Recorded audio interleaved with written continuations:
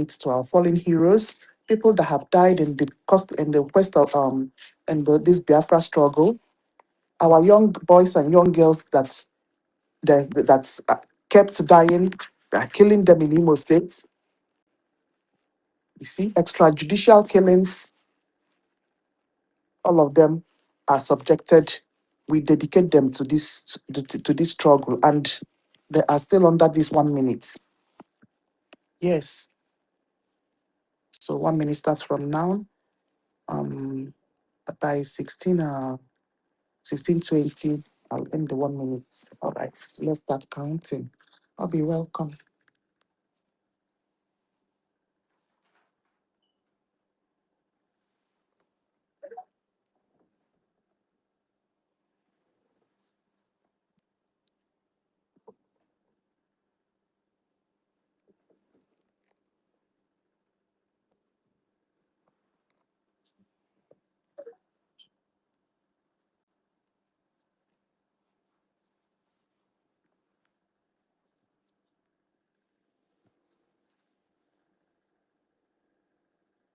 Okay. So that is it.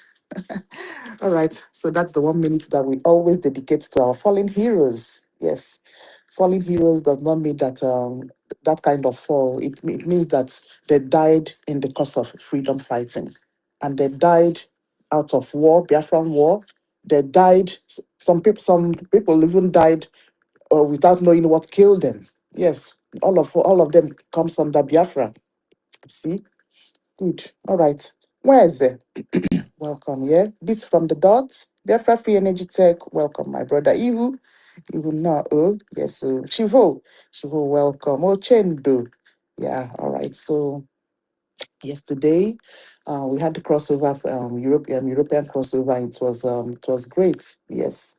It's imperative that it was held, you see, because that recap needed to be done, and we are grateful to European rep and his team to put up for that crossover that we spent over and came to the 1st of January of 2026, and APM really talked a lot on his speech. You see, he said he's not going to.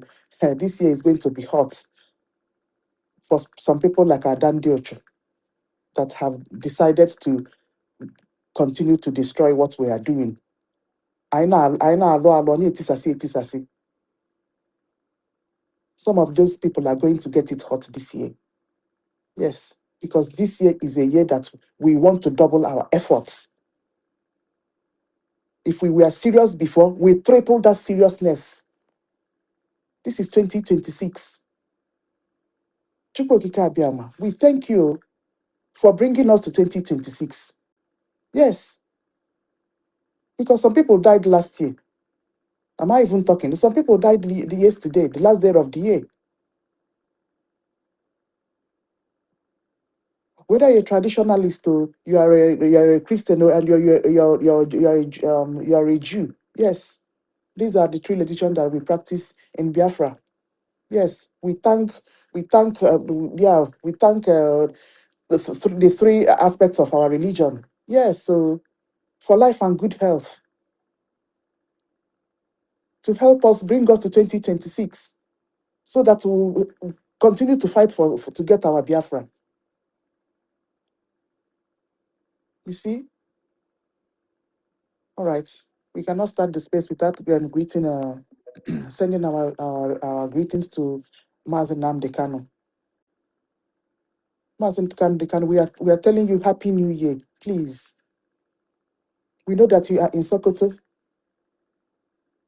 We don't know how you spent. We don't know how your day goes there. We don't. But it disturbs us. We're not happy that you're in Sokoto. Anya Dero, cha cha cha. We are telling you Happy New Year, and we will continue to do whatever we can for you to come out. God knows that you're not going to spend the rest of your life as a prisoner. Chukwu Okike, please embrace Mazen NNAMDI KANU. Please, as you have protected him when he was in Abuja in that dungeon, please continue to protect him. Protect whatever he puts in his mouth.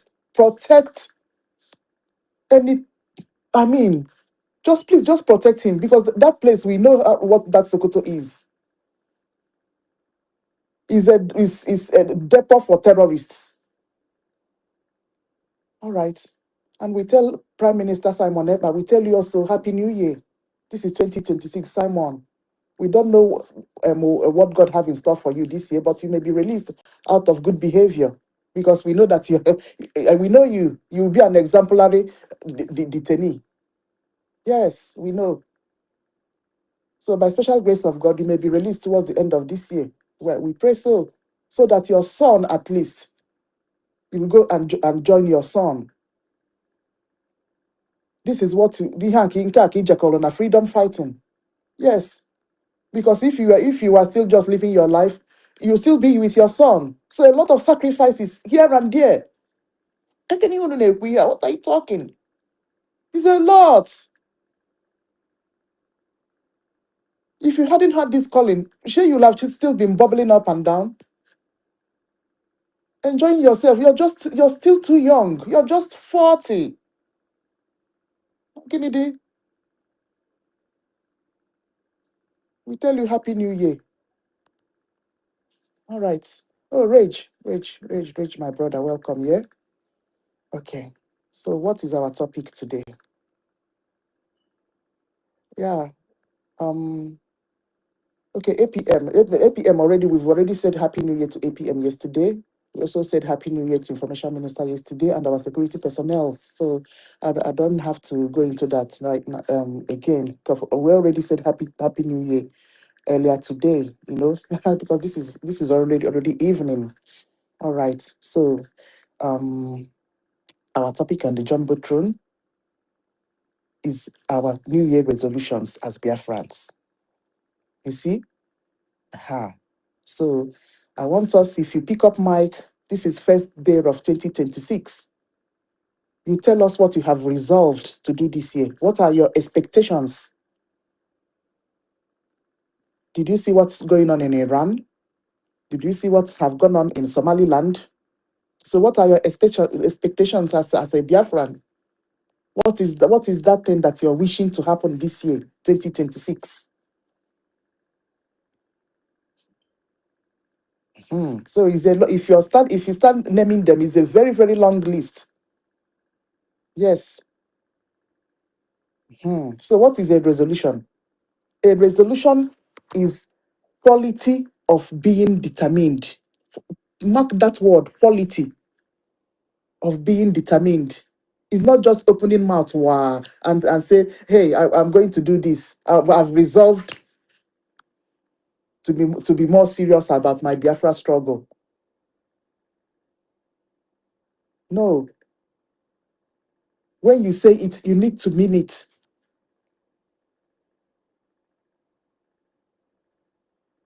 Hmm. Last year, were you able to donate more than one ejemma? And you were donating one ejemma? Yes, this year, maybe you resolve to donate two. Your New Year resolution, let me bring up David. New Year resolution may also include, I want to work harder so that my donation will increase. So there is a lot of, many things tabled under resolution when you're beginning in a year, you know. And this Biafra struggle, a lot have happened last year. A lot. APM Ogechkunkera have brought us to this stage. You see? And we are not relenting. We have grabbed it with all our might. And as you can see, we have added Israel to our taggings. Yes. Have we investigated why Israel decided to recognize Somaliland? And with a reason. And that reason is a very cogent reason. That reason is similar to why America is going to recognize Biafra. Yes, my people.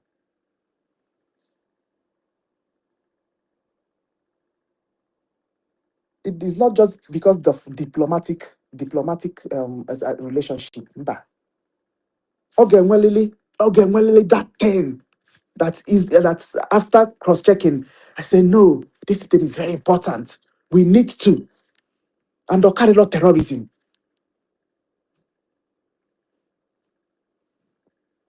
You see, my people. As yeah, hey, what's that guy's name yesterday during the EU? I've forgotten it. I've forgotten his name. Yes, they too may have had lobbyists as well. He also called it a broker. Yeah, lobbyist broker. Because you need to when you're talking about, I mean, meeting countries for recognition, you need to table things that is going to benefit them. Recognition is all about, it must benefit the country that have upper hand. Okay, benefit 100%. They must see a reason to recognize you. Yes, and that is what we are tabling before United States to see.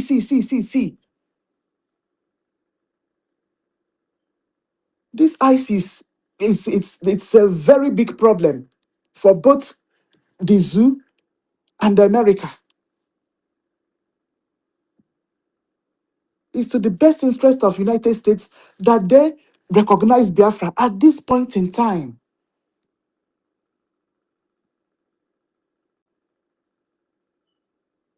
The reason that Israel recognized Somaliland is not far from the same reason. It's not. You see? Because Iran, you see that terrorist way there for that Iran. Yeah? It's a big threat to all those some of those countries that are living, including UAE. You know, say UAE no follow there for that terrorism stuff. You see?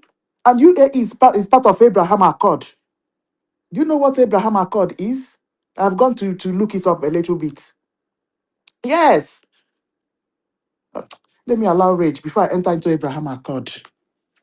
Rage. Okay. Mm-hmm. Yes, Mr. Auntie Unki. Happy New Year. Up to you. Yeah. Greetings to you, great Biafrans. Auntie Unki, I hope you've not finished the whole rice. Oh. And the chicken. um, I wish I can cargo one native chicken can't give you for UK. I request it so. All right. Thank you very much, ma, for putting up this space. Once again, happy New Year to you, great Biafrans here present. Happy New Year to you all. We give thanks to Chukwu Okike Abiyama Ogenu Vievie for bringing us to this new year. And so, as many of us that have made it this far, I want to say very big congratulations. Greetings to all our leaders that are serving from the front line, from the prison, different prisons in Sokoto and in Finland. Greetings to Army, the Biafra forces, the defenders of our babies, women, and children, the defenders of our civilian population, who are predominantly Christians, Jewish, and traditionalists. Greetings to you, BDF. Greetings to the Honorable Acting Prime Minister, His Excellency Ogechukwu Kere. Greetings to the Honorable Minister of Information, the pride of Biafra, the best that any nation could have. And to some of us, it is a rare privilege for us to have a man of his caliber, mounting the information department, and he has always delivered. Always. Thank you very much, Honorable Minister of Information, Mazi Akbarawa Achibong Sonny. Greetings to every great Biafran that has been speaking up in spite of all the challenges that we've faced, all the hurdles we've been through. I really want to say thank you for your steadfastness, for your persistence, for your understanding, your loyalty and commitment to this cause of freedom. Thank you so much. Madam Unki, thank you. Comrade David Unana, thank you. Simon Ekpa, Obi Chicago, our mother. Happy New Year to you, man. We love you so much. Bills from the Dot, Weze, and every Biafran that is here present. I really want to say a very big thank you to you. Speaking briefly on the topic, Biafrans, time to get serious. Day 1 of 2026, we can do this. Of course, we can do this. We have always done it. And let me tell you one thing. It's sometimes everything that is happening today is not a coincidence, neither is it a mistake. But God is using it to encourage us as Biafrans. God is using everything that is happening to send message to us. Like the Israeli recognition of Somaliland. That is a very big message to all Biafrans. That consistency, loyalty, faithfulness pays at the end of the day, because when they tell you the history of Somaliland, where they started, the sacrifices they have made, they remind us of one thing, that we must always be courageous, we must be steadfast, we must persevere no matter what happens. If you hear their story, today everybody is celebrating their glory, but we forget that behind the glory is a story. They lost many commanders, they lost many fighters, many of their leaders were imprisoned, some were even killed. But look at it today now. They are celebrating. Some of those that even started the struggle are no more today. But the young ones kept the fire on. And today they got the recognition. They are a free nation today. So all of these things that are happening is simply a message to us. Look at what is happening in Iran today. Look at the heavy protests that are going on. It tells you one thing, that when you want freedom, freedom does not come cheap. You must be willing and ready to sacrifice everything, even to the point of being ready to give up your life. This is exactly what they are doing in Iran. You know, protesting in the presence of all these IRGC of Ayatollah Khamenei. It's a very big risk. These are terrorists presenting in front of terrorists. It's a very big risk. Yes, yet these people, they undermine the risk. They don't even care about their lives, and they are protesting because they simply want freedom. It tells you one thing, that what you are not ready to die for, you are not ready to live for it. So what are all of these things telling us? It shows us that in this new year, 2026, should be a year of seriousness, a year of dedicated commitment, a year that goes beyond just words, a year that we need to work extra hours to see that we fund our freedom and do the needful. Again, coming back to Somaliland, if you go deep, you understand that they control a larger percent of their land. Controlling their land is not just by mere talking, it's not just by speaking English, it's by sacrificial giving towards the cause of their freedom. We can do the same. Our population, I think, should be far more than theirs. We estimated our population to be over 70 to 80 million. You understand? So if we have this large population and we can't even do what smaller nations like Somaliland do to kick out the occupier out of their land, and every time we come here to talk, it means that we are only deceiving ourselves. So this year should be a year of dedicated commitment, a year of seriousness. Sometimes it really breaks my heart when you see those that are sabotaging, those that support the notion that what the former chief of defense staff Musa said, attack their funds, then you will end the freedom. Those that are working in that line to attack the fund, right from the time of Ugozi Rabuze to the time of Imam Mamugu, Mada Raphael, Chamaka Ajarere, and the likes of Choma. These are people that have been attacking the fund, fulfilling in fulfillment of what the former chief of defense staff Musa said, that once you are able to touch the fund, you will stop the freedom. Sometimes it breaks my heart when you still see these people come up to say they don't forgive, they don't forget. What is it that you don't forgive, you don't forget? That you sabotage the freedom of your people. You should be the one to beg for forgiveness. But unfortunately, this is where we find ourselves. But those of us that really need this freedom, we must be faithful, we must be steadfast, we must be committed and dedicated to get this freedom. This year should not just be a year of, just talking. Every department you find yourself, give 110%. Every part, everywhere you find yourself, give 110%. This is what this year should be all about. So my people, I invite you, if your mother ties two-piece wrapper, you are a Biafran. If your mother ties two-piece wrapper, whether na Igbo you dey speak, you be Isoko man.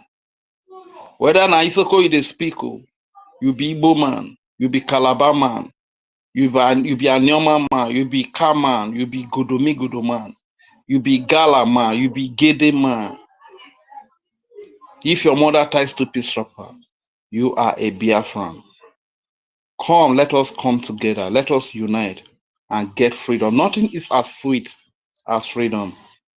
Many of these nations that our people run through is because they find some level of freedom there. That is why they are happy to live in that place. This is why you will see that people. This is why you will see that when people get visa out of Nigeria, they celebrate, they organize Thanksgiving, they even sell family land. You understand? So as to fund the trip there, because they know that where they get the visa to now, there's freedom there. Why can't you get the same freedom for your people here? Let us unite. Let us come together and get freedom for Biafra. Let us come out of debt. Nigeria is debt. Nigeria is slavery. Nigeria is darkness. Nigeria is hunger. Nigeria is suffering. Nigeria is slavery. Nigeria is nothing good to write about Nigeria. I'm not the one telling you. You have experienced your life for over 120 years in Nigeria. What have you got to show for it? Anthony Joshua had accident in Nigeria. There is no emergency service to attend to him. It is people, commoners, that don't even have first aid experience on how to attend to accident patients that were attending. That is the way it is here. That is the way it is in Biafra land here. When you get accident, it is the people, the normal people, common people like you. They are the one that will gather around themselves. They go bundle you in Okada. Now hospital that they carry you, they go like that. So if you like, they fall for ground for road. Now you sabi. No emergency services. So Anthony Joshua experienced it. This is why we have always telling that you identify with Nigeria. Okay, look at him. Because he's identifying with Nigeria, two of his friends are gone. May their soul rest in peace. I feel for them, honestly speaking. But AJ should give himself brain. A country that cannot help you to become who you are today. Britain made you who you are today. A country that is killing, suffering people, people that cannot, indigenous people that cannot help themselves. A country that has killed a lot of them, carried out genocide against indigenous population, especially Christians. You are still identifying with that country. God is angry with Anthony Joshua. He should retrace his track. You understand? And anybody that's identifying with Nigeria, the calamity that comes with Nigeria will befall you. Nigeria will happen to you.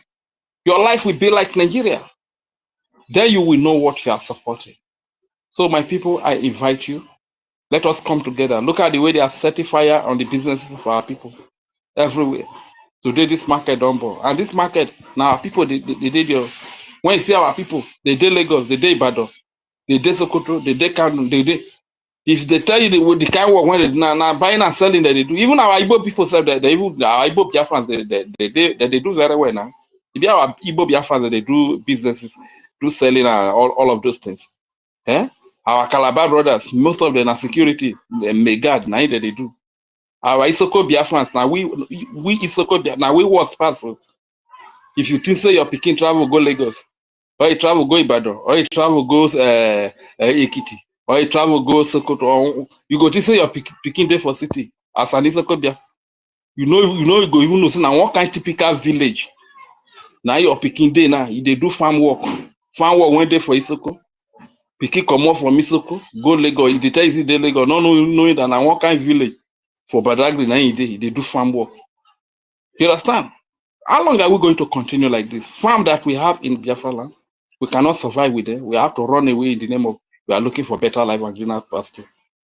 My people, follow me. Let us go to the land of freedom.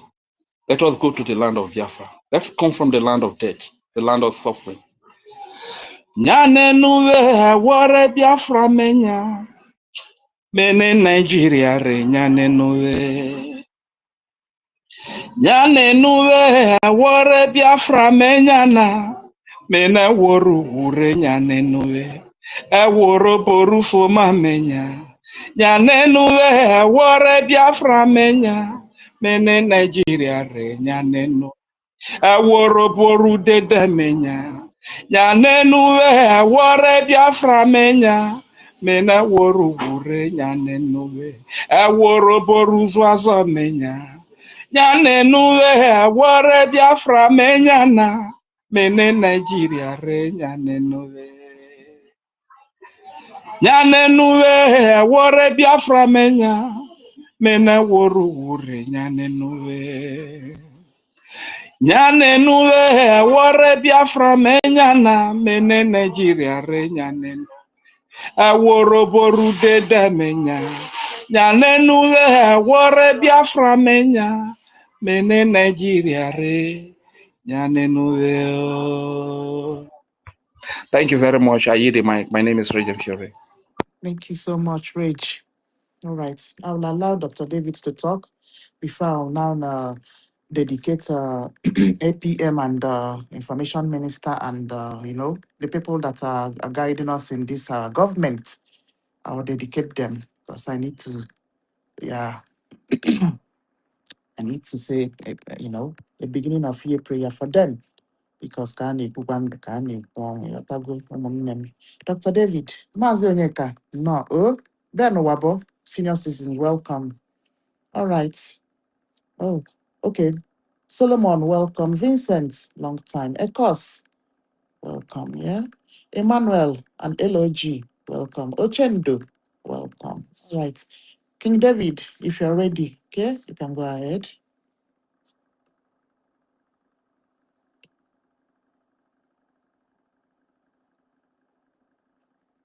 I don't think King David is available, ma, but I don't know if I can get like 30 seconds to just say something like. Okay, that's fine. All right, thank you. Thank you very much. If I forget this, I will not forgive myself. Mm-hmm. I really want to take out this time to say a very big thank you to all of you, Biafrans, Yes, sir. freedom lovers of Biafra, that were faithful all through the year 2025.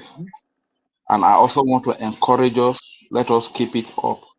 Like our sister Unki said, let us double it up. If possible, let us triple it. You understand?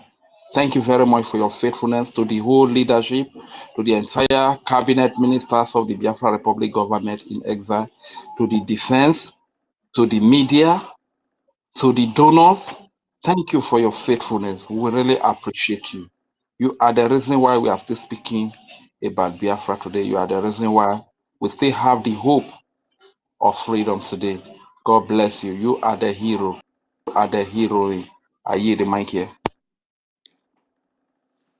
Thank you so much, my dear brother Richard Fury.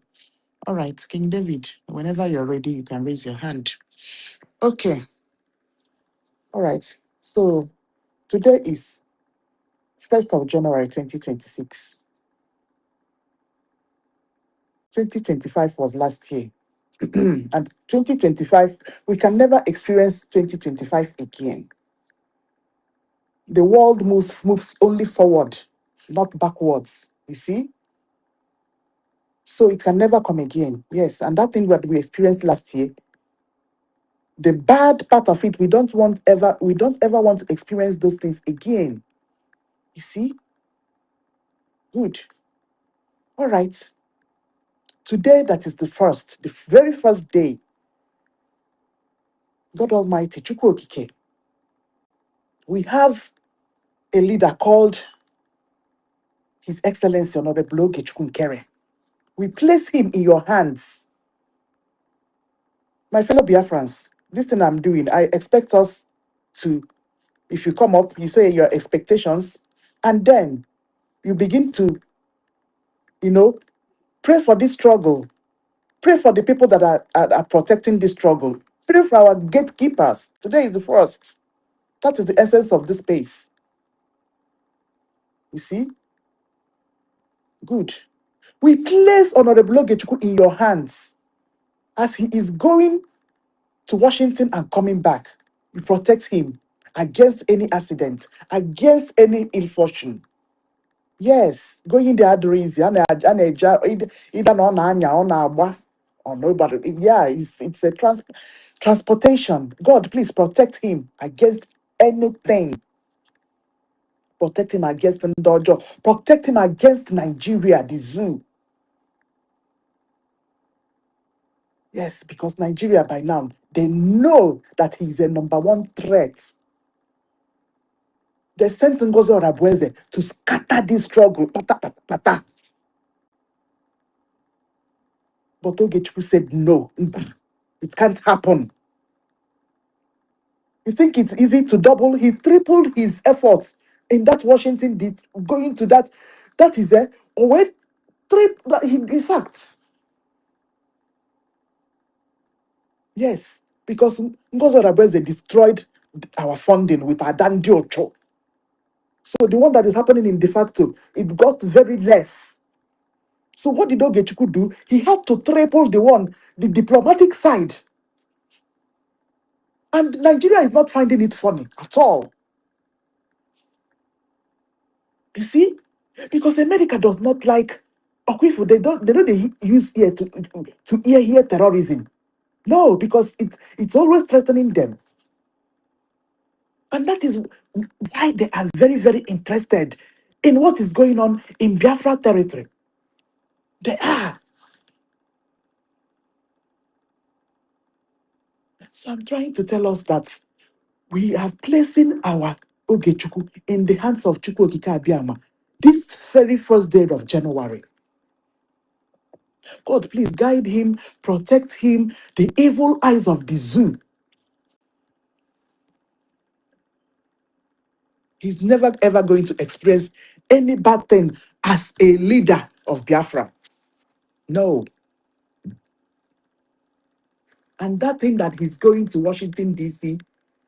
to look for, we are in full support. That thing that he's going to Washington, D.C. to look for, Chukwu Okike Abiyama, we know that Ogwe Belugokwan Nambabu, Oga Otalo lives in this 2026. Oga, it can't pass it. It's not going to move past 2026.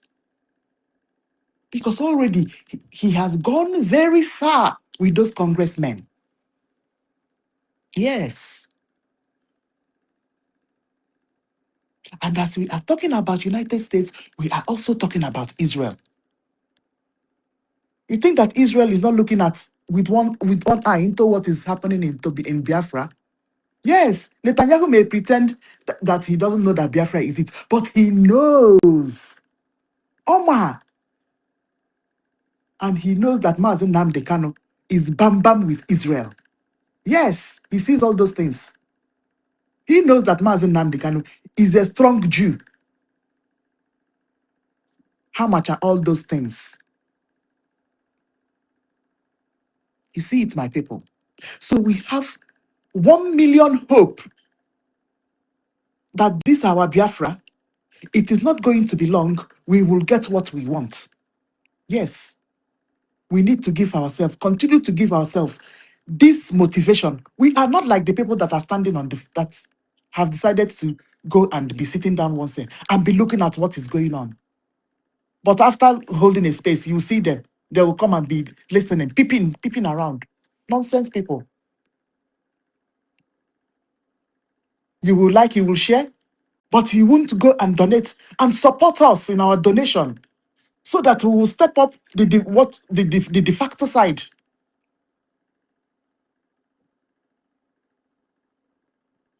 You see? Yes. Because the standard that others have, because if you hear Netanyahu speak, he will tell you that this Somaliland, they conduct serious elections. Their elections are well organized. Those are some of the reasons that they have been, they considered before recognition. If you hear Netanyahu talk, when are we going to get to that stage? It needs funding. Yeah. So we know that we're not on that stage. This is my own personal opinion. Oh. I've said it yesterday. Yeah, but we can be recognized before. Yeah, because once America brings his recognition, Nigeria will just have to pack out with immediate effect. You see, if they refuse to, then we'll get that support that we've been looking for. That's the way it works. Oh, okay, Dr. David, then you can go on now. Yeah. Welcome. Thank you. Thank you so much. I hope I'm coming Yes, out. you are. Sorry. Baby's crying. Sorry.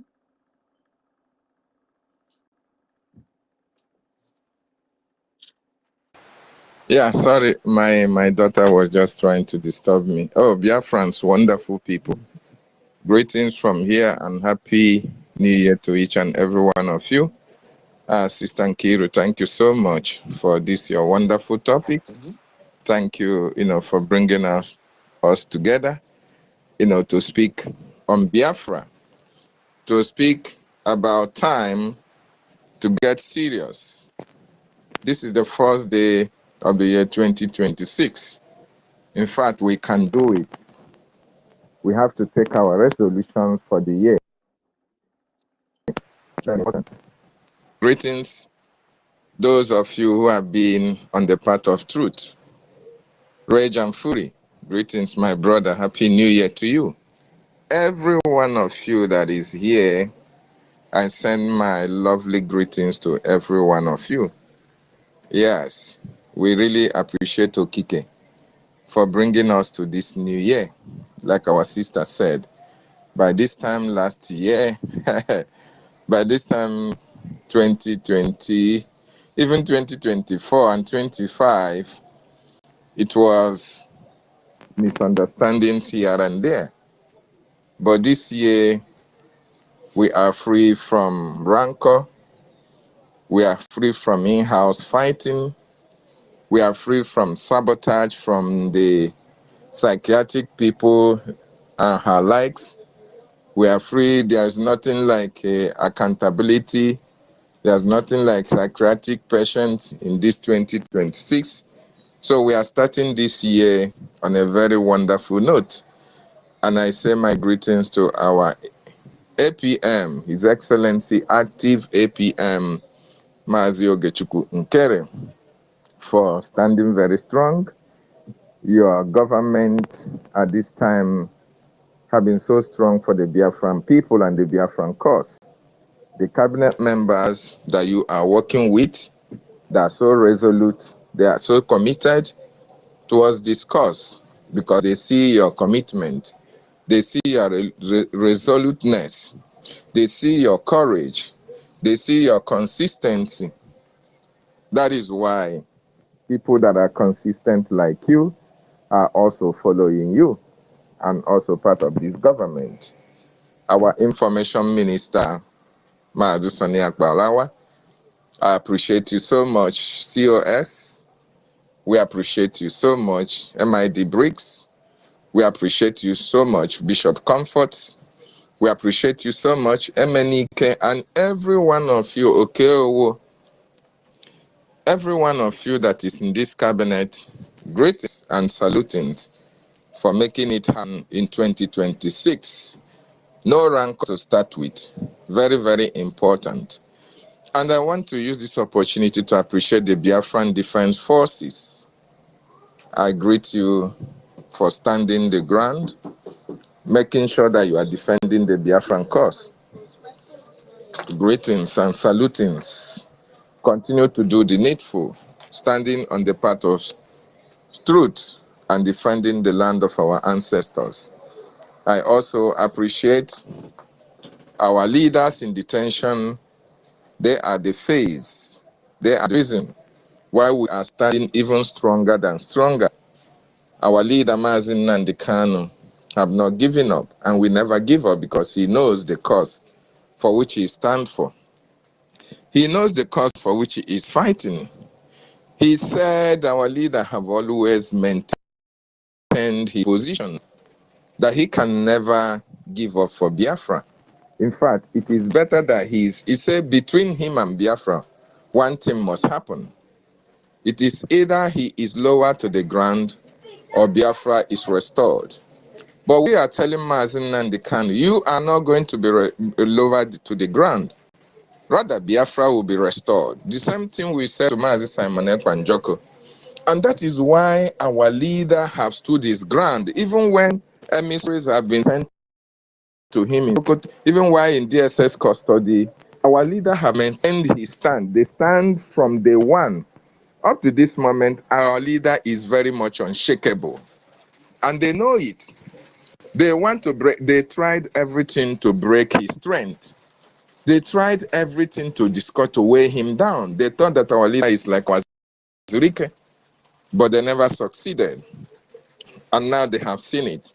That a lot of NNAMDI KANUs are now in Biafran Republic government in exile. And that is why I want to tell everybody that is in this community that Biafra is here. Remember our APM used to say that Biafra is here, Biafra is here, Biafra is here. There is something our PM do not want to tell us yet. But I want you to know that Biafra, like our APM have said, is already here with us. We need to do some fine-tuning. Then, boom, Biafra will be recognized. So that is what we are going to do in this 2026. That fine-tuning is the resolutions we are going to make. Is what we expect to see Biafra in this community to do, so that Biafra will be fully restored. Today, we are talking about Somaliland, right? Somalis, like Raid said, they went through a lot of things. They went through a lot of turbulent times. A lot of people paid the ultimate price.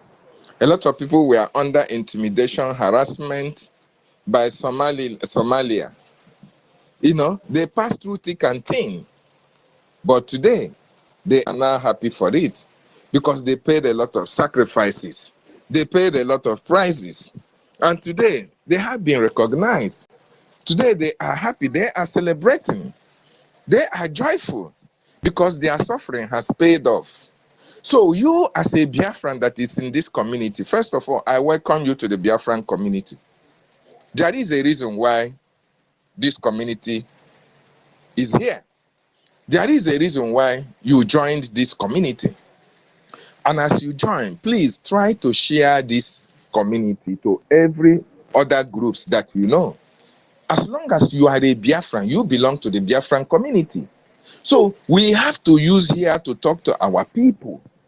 If you are so much happy, you appreciate what is happening to Somaliland, then you should be very much happy that you are in this community. This community, we are going to use it to achieve a lot of things. First of all, our coming together as a community is a plus, irrespective of where you have been before. As long as you say you are a Biafran, as long as you know that your mother tied to a piece of wrapper, as long as you know that you come from the 40 states of Biafra land, you belong to this community. So it is our responsibility to now preach Biafra, to now support Biafra, to now fund our freedom. This is one of the best resolutions that we are going to make in this 2026. Yes, resolution of funding. Very, very, very important. The reason being that Somaliland that is free today, they did a lot of diplomatic work on the ground. They lobbied a lot of Israeli government officials. They lobbied American government officials. They made their case before the Congress. They made their case before the Congress, the Senate, and all the rest of it. And today, it has paid off using Israel. So, they contributed immensely for their freedom. And today, they are not regretting it because they are free as a nation. Don't mind what who is African Union, what are they saying? Don't mind what European unions are saying. All these are terrorist affiliated unions that you have. The Fulanis, the Islamic world put all these organizations, all these unions in place in order to counter every good thing that is coming to the continent or the world. Because to them, they want Islam to rule the world. They want Islam to take charge. So they want a situation whereby whatever they say goes. But they don't know that Okike destined America to be number one. They don't know that Israel is a fortified ally of the United States. And there is nothing Israel said that America will not accord to. There is nothing America said that Israel will not accord to. So whatever you see the European Union, the African Union, and all the rest of these Islamic affiliated unions said against Somaliland, it is not going to stand. It is not going to stand because they don't want the truth. They don't want people to be free. They want their Islamization agenda. They want to continue. As long as Turkey, Iran is part of the Islam world, nothing good will come out of these unions that are headed by Islamists. Very, very important. So in our own case, Biafrans, it is a year that we have with history. This 2026 is going to determine what Biafran will look like. This 2026, Biafra must understand and appreciate Chukwu Okike Abiama for what. This 2026 is a year that we must appreciate the contributions, the effort for your people to be free. It is a year with history. So we have to sit on very sound notes like we have started right now. If you are in this community, you have not shared the space. If you are in this community, you have not shared this community. If you are in this community and you have not created any awareness for Biafra, you still have opportunity of being now. You still have an ample opportunity of doing even as we speak. Because we are going to make history in this 2026. And it is for each and every one of us on this platform to be partakers of that history. First of all, take a look at Biafra land. What in Biafra land that you say you will be very proud of? Absolutely nothing. What can you say that you have? Whenever remember, you are proud, even as you say you are somehow a Nigerian, that you are proud of Nigerian. Absolutely, there is nothing.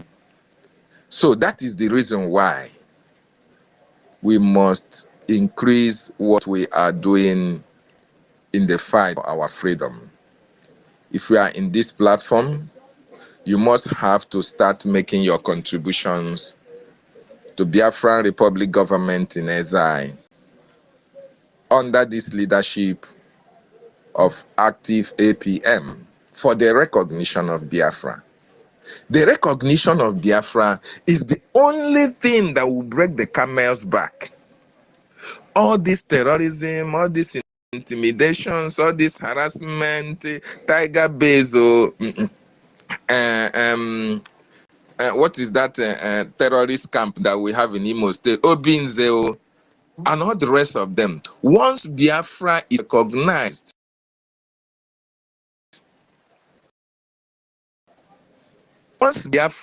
recognized, okay, no so, no so. That is the reason why you must, if you do not appreciate the atrocities, if you do not support the atrocities that is happening in Biafra land, even as you speak, then I don't see any reason why you will not support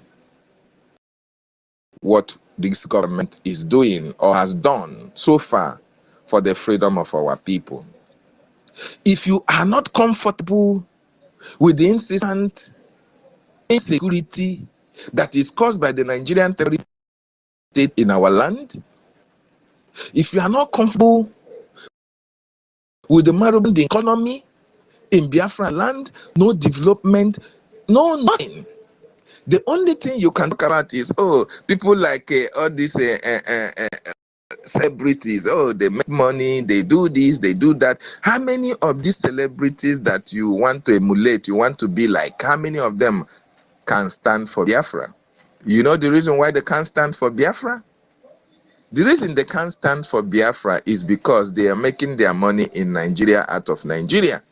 And they can never support anything that will disrupt or destroy their means of income under Nigeria.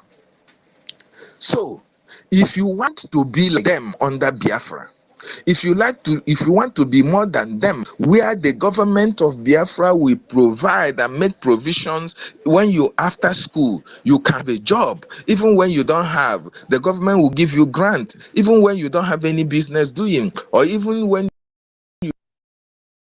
you are a small scale business and you want to expand it, and government can be able to assist you, just like it is done in the Western world. Biafra is there. It cannot happen now because we are not free, because Nigeria is still occupying most of our places. Nigeria is still having their affiliate. They are having their representatives in their territories. The governors, the senators, all these are speaking for Nigeria. As long as they are there, you and I can never be free. But once we are free, once we evict them from our land, believe me, you are going to be a policy maker. You will contribute in the administration of Biafra land. You can now be able to speak your mind of what is going to happen in Biafra land. As a matter of fact, how the structure of the de facto government in the homeland was made, it is a government that is very close to the ordinary person in the least communities, in the least villages that we have in Biafra land. So this is where it starts. In this community, if you contribute to the Biafran cause, that contribution is going to go a long way in the lobbying activities that is happening.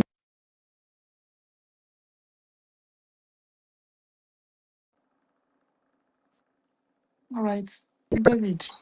It's very capital intensive. Yeah, are you trying to talk to me?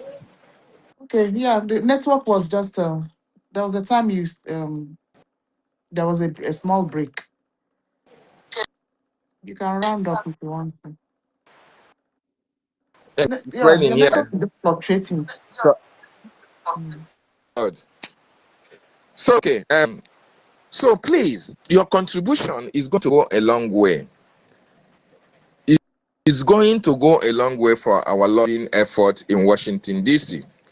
Those in the homeland, your contribution to the de facto in the homeland, the BDF support, is going to go a long way to our liberation. Don't stand on the fence. Don't stand on the fence and say you are waiting for NNAMDI KANU until he serves his life imprisonment before you can support. Don't stand on the fence until you say you are waiting for Simon Ekpa before he finishes 6 years, before you can come out. There is nothing that Simon Ekpa, NNAMDI KANU is fighting for that Oge Nchukwunkere is not representing, GIE is not representing. This is something that each and every one of us should understand. Those of them who have come to derail this movement, we already know them. You have already known them. You want me to mention their names? Of course you know them. Their actions and activities have been able to separate them from you that is actually fighting for your freedom. So use your tongue and count your teeth for you to know those whom the government of America right now recognizes as the only legitimate authority that is speaking for the Biafran people. Only then will you be convinced that you are in the right place. BRGIE is the only government. There is none whatsoever anywhere under this planet Earth that is now speaking for the Biafran people. Go to www.biafranrepublicgovernment.org, all in small letters, and you can see the diplomatic work that this brigade under APM have done for you to be free from the terrorist Nigerian state. Please, contribution is very important in 2026 so that before this time next year, we will be celebrating. Just Somaliland are full of smiles in this December going forward. Thank you so much. I'll stop from here now. I'll come back again. There one. Hey, working, David. All right, thank you so much. Okay, Rach, when your hand is raised, yeah, you can add what you want to add before I talk to the fourth state. Hey, I just want to, yeah, thank you. I just want to just briefly speak on what the point that Mr. Mazi David made about AU, that is African Union. I want us to understand that all these organizations like African Union, these are the bodies that the oppressors have used to keep us in darkness, to keep us in slavery. They have used them to keep us in hunger. And this so-called AU that you see, they don't want anybody to rise. That is why they are going against the recognition of Somaliland. So when they see that anybody is about to be freed from all these colonial masters and oppressors, they use AU to keep the people in slavery, to destroy that freedom that is coming to the people.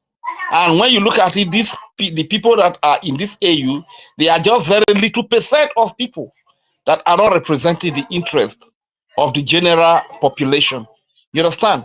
So, as a matter of fact, whenever we see anything called AU and all these bodies that they are using to suppress us, to keep us in slavery, we must chase them away and chase them to wherever it's possible for us to chase them to, because these are people that they have used. They are just like crab. All this AU, they are not rising, and they don't even want anybody to rise. You understand? So we must beware of these bodies called AU. These are the people that the likes of Britain and the EU are using to suppress Africa. keep people in slavery, to get the indigenous people killed. And whenever genocide is being carried out against Christians and indigenous people in Nigeria, you've never heard AU speak about it, speak against it, to condemn it. But now a country has been recognized to be free.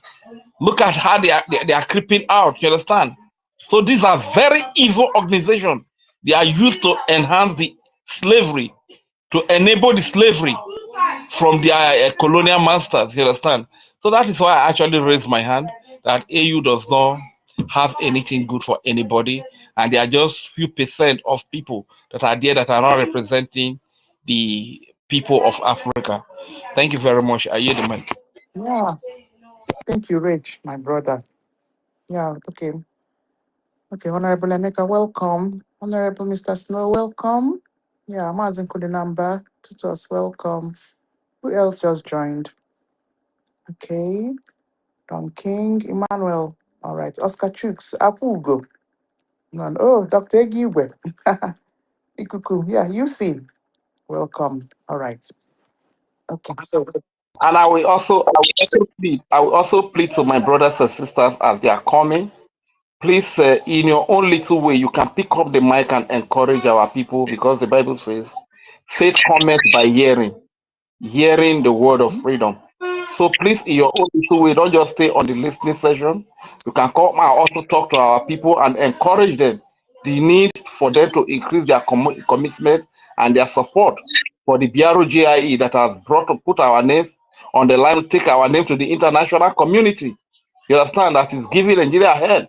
So please don't just remain on the listening session.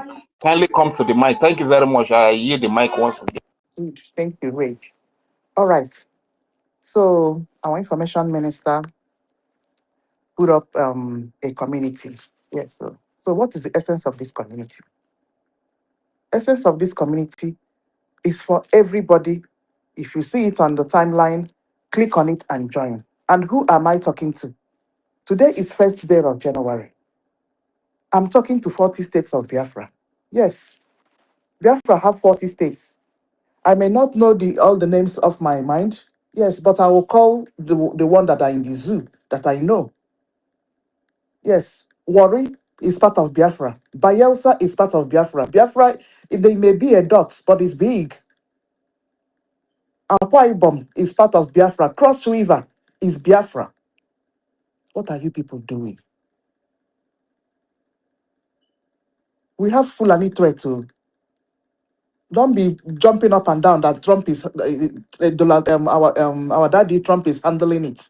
As you can see, the first strike have happened. They are planning the second strike, but as they are planning the second strike, the killing is not stopping.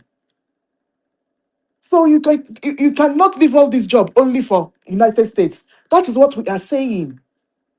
All our brothers are for United States to tackle, because there are some of them that are inside nook and corners that United States will not reach.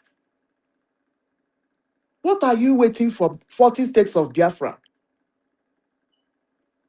including the one that have decided to go and sit down somewhere and be staring. America is not going to solve all of our problems. So, or you want our people to continue to die? They will not. What we are saying in this first day of January is for you people to wake up. Yes, from January 2025 to December 2025, you people have used it to while away time and be watching what is happening. We have entered a new year now.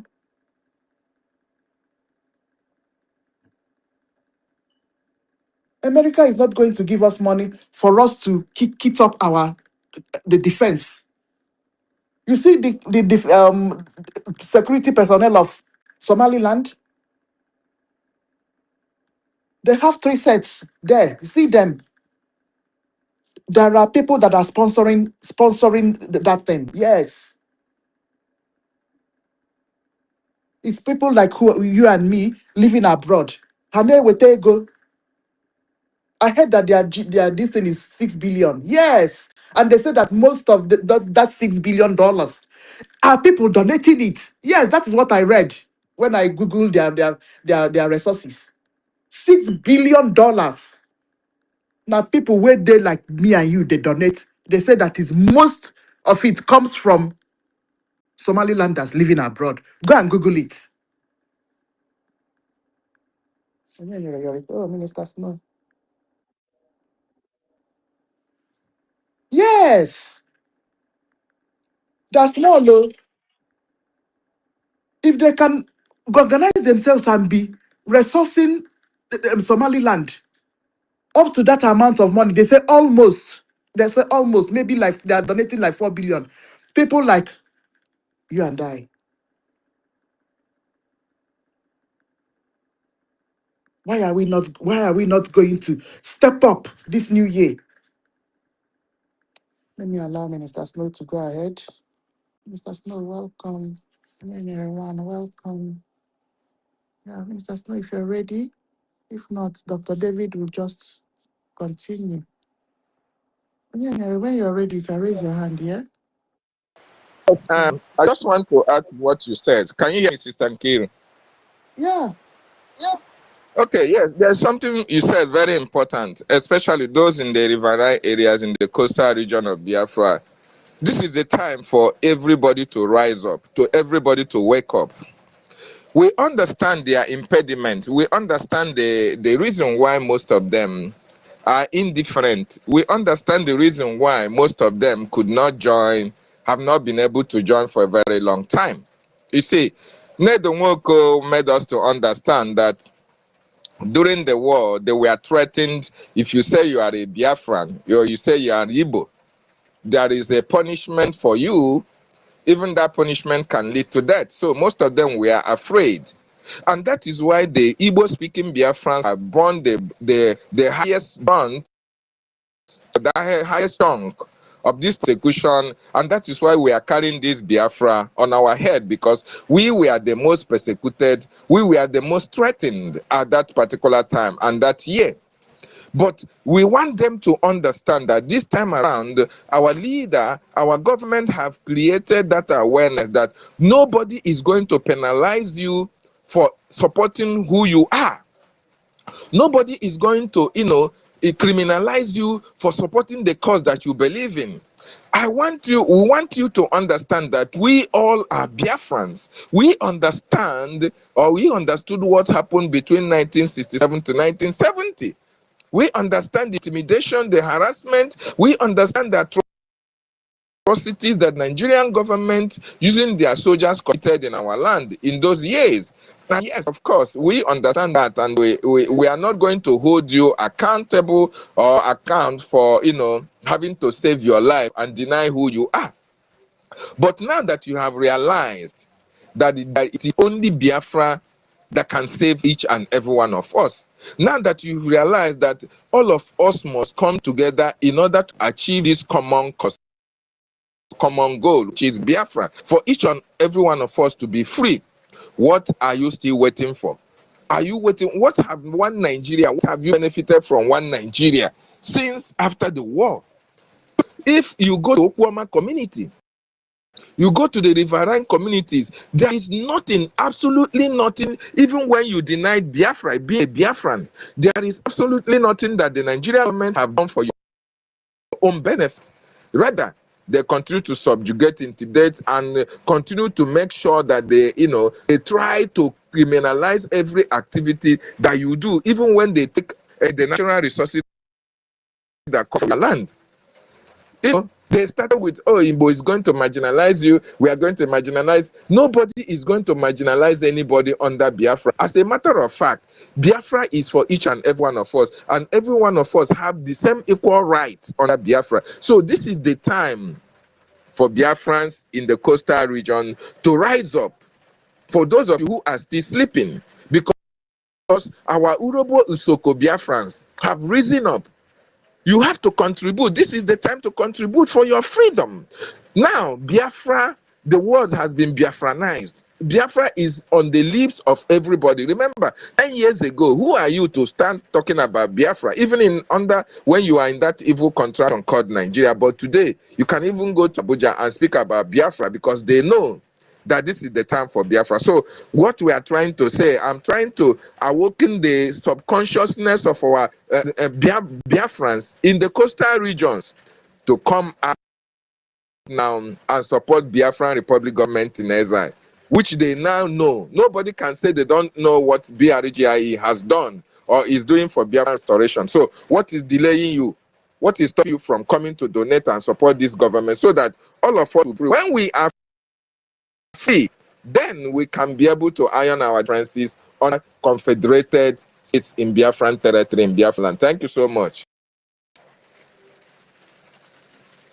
I beg, in line with what David said, Madam Unki, please. And I will talk about. I don't know if I can just say like one or two. Okay. Can Of I? course, yeah. Before All we right. continue. As a matter of fact, this coastal, the people they are calling coastal region now people like me who come from Isoko, Urubu, Bayelsa, Igodo, Migodo, Nyoma, Ika. We Biafrans that come from this area, in order to divide us, to conquer us. That is why they say we be coastal, you understand? So, like David said, which punishment is going to be given to you for accepting your identity, for accepting who you are? That will be more than when you wake up in the morning, you see your children crying, they don't have food to eat. They can't go to school because you cannot afford the school. Which punishment is going to be more than the bad roads that your young one, like what happened to Anthony Joshua recently now, nearly cuts off his life, cuts off the lives of his two friends. Which punishment will be more than that? Which punishment will be more than the fact that you as a married man, you married your wife, you raise children with your wife, but you cannot take care of your wife because of what Nigeria has done to you, because of the harsh economy reality of Nigeria. You cannot take care of your wife, that your wife has to sneak out and sleep, have sex with young Yahoo boys to get money, to bring food to the house, to put food on the table for you and your baby and your children. Which punishment is going to be more than that? Our people, let us wake up. One truth we need to understand is, I don't even, sometimes when I look at the likes of Tompolo, General Gabriel Asabuja, I just shake my head, my head. So why do you want to keep working for the slave master? Look at the likes of Gabriel Asabuja. He's a very young spiritual, a man that loves God, a very young, intelligent, gallant armed carrier. You understand? So if we have the like of Asabuja as chief of defense staff in Biafra Nation, are we not going to like it? Knowing fully whether it is your brother that is heading that department. If we have a maker as army chief of defense staff, are we not going to happy? If we have Ogenero as the army chief of defense staff, are we not going to be happy? Because when we have these people that their mother title peace slapper like us, we know their papa house, we know their mama house. All like this one they bring for Fulani, from Mausa, from Yoruba, we don't even know their background. They can, come with their gangs and wipe out a full community. There's nowhere you can trace them to. You have no history about them. But if my brother from the Igbo speaking, from Isoko, from Igodomigodo, from Ijo, from Ishekiri, from Calabar, from Igala Igede, head all this security department, they will be very careful on how they kill our people, because they know that the same market that my mother goes to sell her goods is the same market that his mother goes to sell his goods. So if he does it there, he knows that the people know him. They will go to his family house and ask questions that why should this thing happen under your care? But in Nigeria, it is completely opposite. They will bring a total stranger that you don't know his history, you don't know his lifestyle, you don't even know his religion. A total stranger, whether he's a terror, he has committed terrorism, wherever he is, they just bring him as a police chief. to a Biafra region. They just bring him as an army chief. They just bring him as police chief, as this, and that. So these are the things we are saying. There's no punishment that anybody is going to give to you for identifying with who you are, for accepting your identity, for accepting that those two peace proper, that will be more than what we have suffered under Nigeria. Which punishment will be more than the same water that you pour in is where you fetch water to drink from? Which punishment will be more than that? Which punishment will be more than we Isoko people? There is no job. We have to go to the river, we ferry our canoe to the river even in the rainy season. And so we'll carry shovel, carry the canoe inside the middle of the river. We go inside the water, carry sand, put inside canoe. After the canoe is full, we ferry it and offload the car. Which punishment will be more than that? So my people, let us come together. That is the message we bring. Freedom is the best thing we are going to give to the next generation. Freedom is the best thing we are going to give to our children. Even if we cannot enjoy the children, let us get this freedom for our children so our children do not go this route. Our parents, our grandparents, they did their bits, but they did not do enough. Because if they had gotten this freedom for us, all we would just do is just to build on it. Our leader said our people fought three years, they just fought 3 years, and everybody ran away. It ought not to be like that. If they have gotten the freedom for us today, as we are here, just to consolidate on it, to build our nation, is all that we will do. So are we going to leave it for our children again? Are we going to live for the freedom for our children to fight again? That the Nigerian state will kill our children, kill our daughters, kill our young men? Is that what you want? You want for them again? Please, let everybody come on board. Let's unite with the Biafra Republic government in exile and do this thing once and for all. Thank you very much. There are many hands up so that I don't take too much time. All right. Thank you so much, Rich. Okay. Yeah. All right. Oh, you wait for Minister Snow, okay? Yeah. Minister Snow. Oh, welcome. Happy New Year. Oh yes, and Happy New Year. And thank you. Happy New Year, everyone. I know Bala New Year already. We've gone into our New Year earlier when we had our program. That's right. Oh, Happy New Year to everyone. To our defense forces.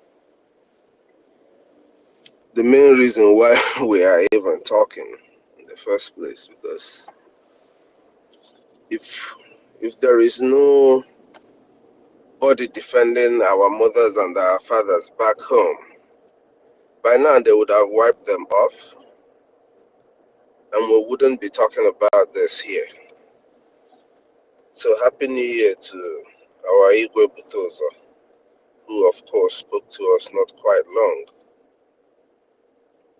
Happy New Year to all those who have sworn an oath to pay the ultimate price if it comes to it for the freedom of their people.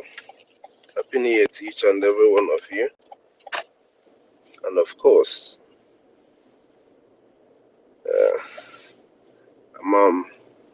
Obakanulu na nna sonye ndu Happy New Year. Obaruru na nna sonye ndu Happy New Year. Obaruru.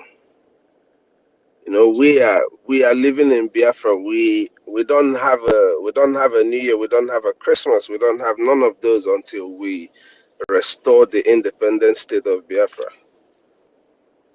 And I believe that that's how Onyendu sees it too.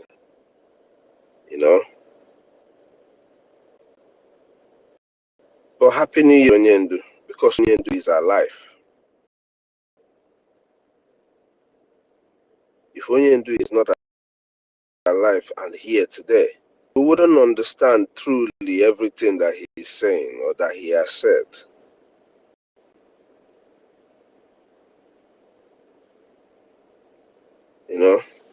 Any one of us that is talking today, that is speaking about Biafra, has a root from NNAMDI KANU.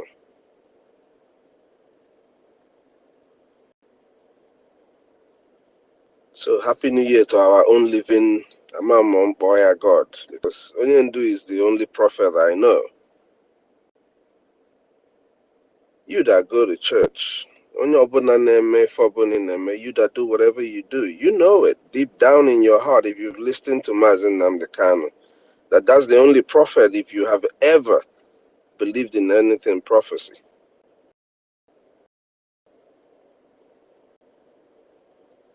So Happy New Year to him. Happy New Year to every one of you. We are in a new year, a year that we're going to make a difference. In everything that we're going to be doing this year, if you do not have Biafra first at heart, please don't distract us. We don't want distractions this year. We want to focus on making sure that we galvanize our people in whichever way we can to raise funds to fund our liberation. No matter whatever anybody do, don't get distracted. And that leads me into talking about what you guys were all talking about right now. The only reason why we have not restored Biafra is because people are not willing to do what they are supposed to do.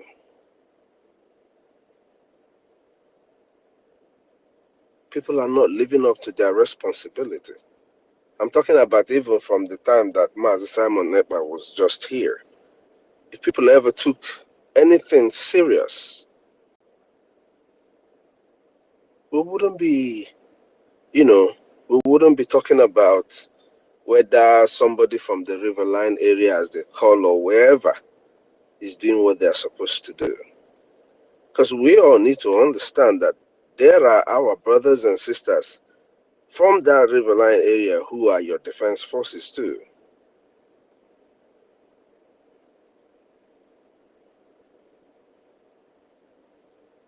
So that's not the conversation. It's the people. Biafrans are not yet realizing what is going on and seeing the reason why they have to go around this whole year throughout the Christmas. Everybody's unveiling homes, beautiful homes, cars, flashy, mini bags of rice to people that you don't know if they're going to be alive in the next 2 months, and you don't care. You have all these big mansions without a sewage system, and you build it, just put up the structure there for people to look at it, and you vanish and you're living where you're living.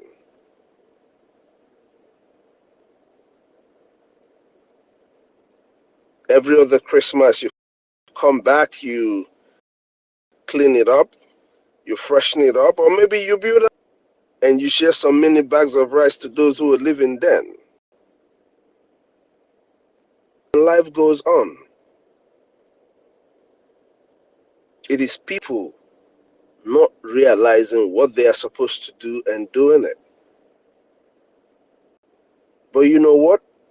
Holding accountability does not only, for freedom, does not only rest on the shoulders of the wealthy. You that's struggling to make sure that your family back home something to eat for Christmas, to do this, to live normal life, or you have your wives back home, who of course you can't bring to the US anymore because of the visa restrictions. You have all these things back home. You have your family back home. You who is struggling, you have a responsibility. We have a national duty. You want to talk about Somalia, they're not united under a government. They need to rise up and do what they are supposed to do. You see, all these things we're saying about whether the Riverine area did this, for me, these things are conversations that should be behind us already. Biafrans need to realize what they are supposed to do and start doing it. This 2026, man, we have to take this opportunity. This is what we have to realize. The people that are in government now in the United States that are trying everything to see that section of Christians and which aligns with your, those people, they have in office too. So you have a window. If you don't do anything within these windows, and the aggressors are coming with intensity, if you don't do anything within these windows, there's going to be a problem in our land. So it's a collective responsibility. People in different areas in the United States, in the EU, everywhere can really give us $50 every month, every week, every month at most. We can have more than 500,000 people doing this, putting all in their heart that, okay, I'm a soldier for my people. I really believe that we can actualize Biafra because I've listened to Mazen NNAMDI KANU. Be honest to yourself. You know you can do it. And we have just 500 giving us $50 or 50 every week or every month. We have the capacity. So it doesn't only rely on the millionaires and the who are comfortable living the life that they live in, even though they hide abroad. It all depends on every one of us.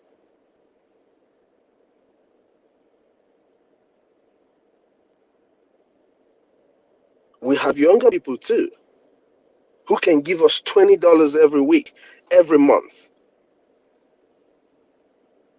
That is the essence of the crowdfunding. That is why they have GoFundMe.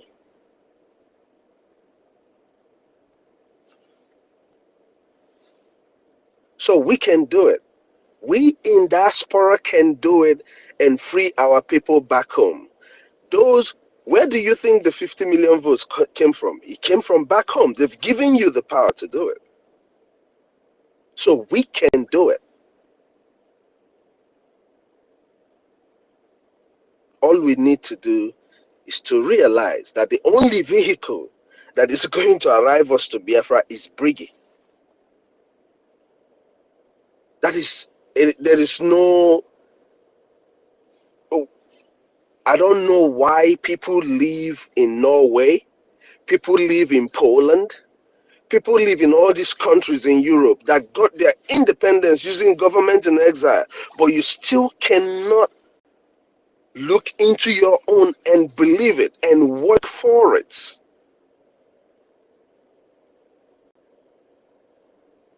What we need is people to stop the hypocrisy. Don't say that Mazen NNAMDI KANU is your leader, that you believe everything Mazen NNAMDI KANU said, and you cannot do anything to help Mazen NNAMDI KANU. That's hypocrisy. Don't do that.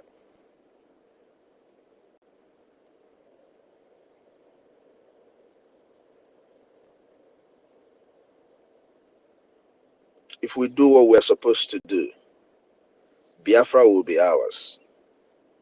But if we don't, our people are going to suffer. Our people are going to see when all these beautiful houses you've built, you ain't going to be able to live in it. When the Fuller boys come, I'm telling you, Fuller boys come down, boy, I buy your people, man. These boys are not playing. So if you live in the United States, where we have over 2.5 million Biafrans, where we have over 1.5 million able and capable working Biafrans who can afford 50, at least 50 ejema every week. if you come across our voice, endeavor to do this thing.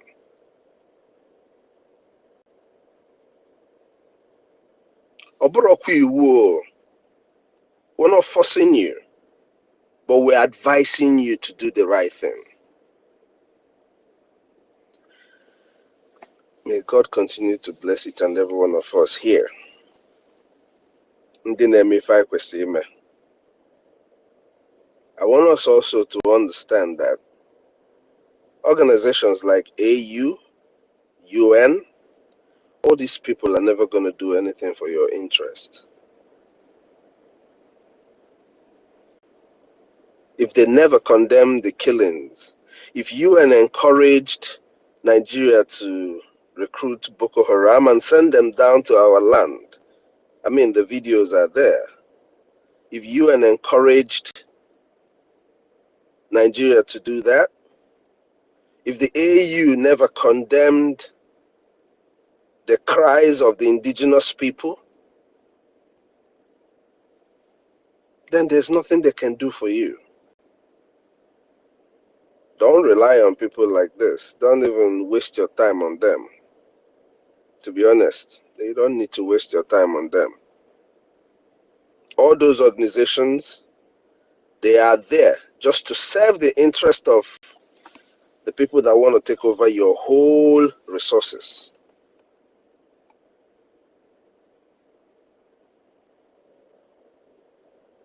Who built their AU building for them? They couldn't even build their own building. So it was a gift. You can't worry about those kind of people. I just want Nigerians to realize something.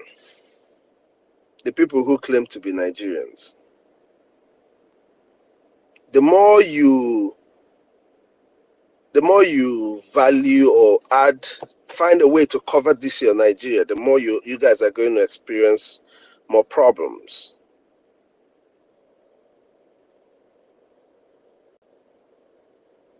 The more they will try to put value on what Nigeria is, the more they're going to be accumulating problems. The best thing to do right now is for everybody to get up. If you say you are Oduduwa, you go and do your Oduduwa something. If you're in Arewa and you are smart enough, you go and make sure that you start galvanizing your people. In Biafra land, we're already here and we're reaching out to our people. But if you claim to be a Nigerian, I am telling you, these Fula boys that are coming into Nigeria or that are already in Nigeria, they don't know what you're saying. They don't hear your language. And you are an enemy.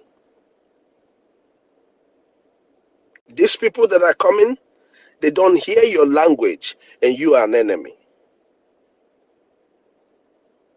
It might not get to you, but it's going to get to your family, maybe back home or wherever they are.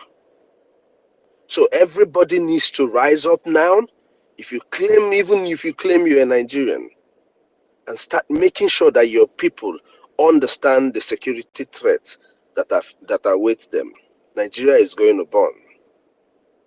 Just watch this week that we're entering into the first. They're going to try to mark the first 100 years of 2026.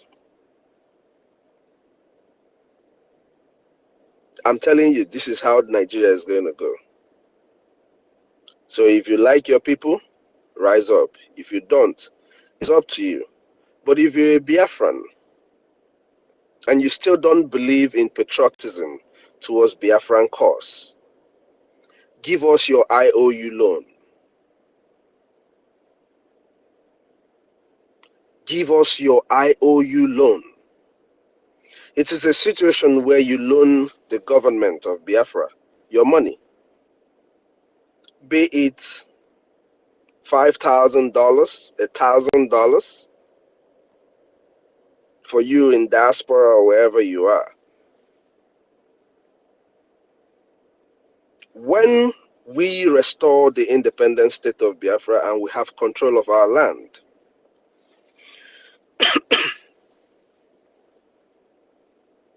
we're going to pay you back your money with 200% of it.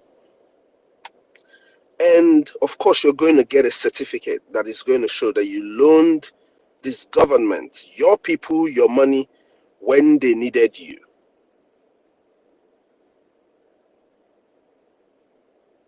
It is an option that is open for a person who does not believe in what we are saying right now, who does not see the light of what we are saying.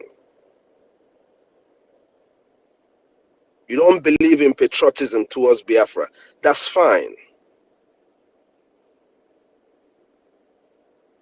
But this is a way you can help us. Organizations out there, people who are not Biafrans, you can also take advantage of this IOU loan. If you believe in the cause that you see us fighting, you can take this for your children. Invest $1,000, $5,000 as you keep supporting what we are doing. It is going to help us to propel and protect our people, provide for our people that has been, man, people don't understand what Biafrans are going through. There are people that are really suffering. If they have to jump over people to get a bag of rice, our people are suffering.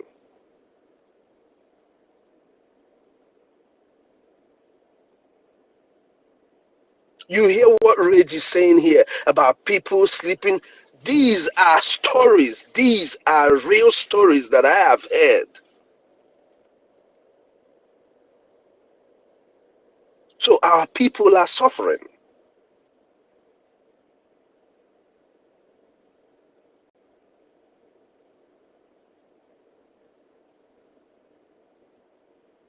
Giving us a loan will help us provide some kind of humanitarian assistance to our people. We need to do this. So we need a lot of funding.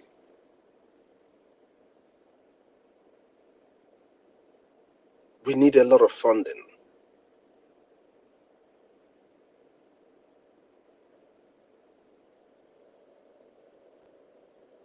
Every Biafran, you are advised to pay liberation tax. We are in a modern century, in a modern world.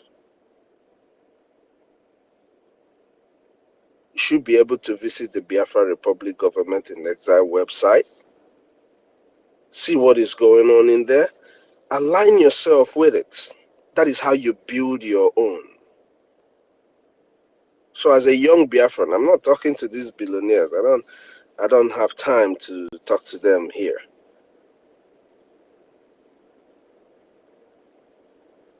As a young Biafran who believes that 2026 there should be a change, you're somewhere in diaspora, you know that what you're doing almost it a pepper body. You know that the way you gotta wake up, do this, do that, do this. Say it's entering you, man, that you feel like you need a change. Align yourself with this government. Provide your funding as little as you can. If you are back home, or back home, you can be a part of this. Give us your IOU loan too. There are people who are bringing IOU loan from back home. Give us your IOU loan.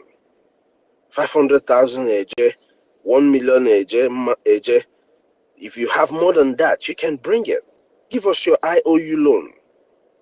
That money, look at how they're burning you guys shop in Lagos, burning it down everything. Save your money with Biafra so that when we are able to restore our land properly, you will have a modern market. You have a proper market if that's what you choose to do. Nye your IOU loan. Ege wee na-agbakasị anyị na Lagos. Give it to us. Nye anyị as your IOU loan. Binye government ga-ego. Do you know what a privilege it is? It is a big privilege to serve your nation in that aspect. Na Chineke nye gị ego and you were able to help your people when they needed you.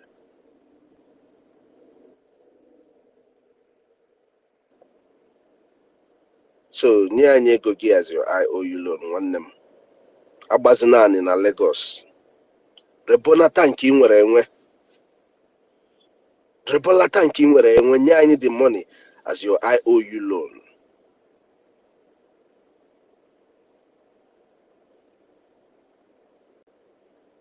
Ebe ọzọ enwe another large population of our people is China. A lot of people don't know that.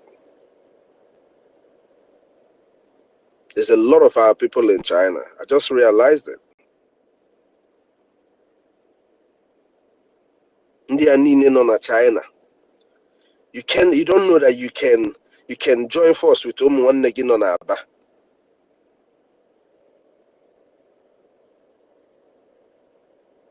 Mana emecha anya si na anyị amasigo ka esi azụ ahịa, anyị masi the plotting and the number one plus and minus of business.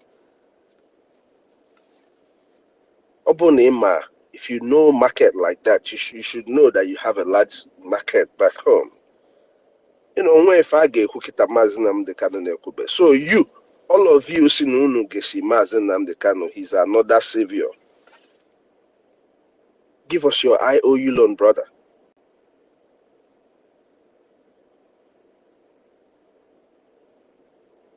Ego a niile ịkpasị now. Kedu uru ọ ga-abalụ gị ọ bụ na Biafra bịara? Biafra nwee itiri mkpu ya ifo egbu your brothers, your friends for.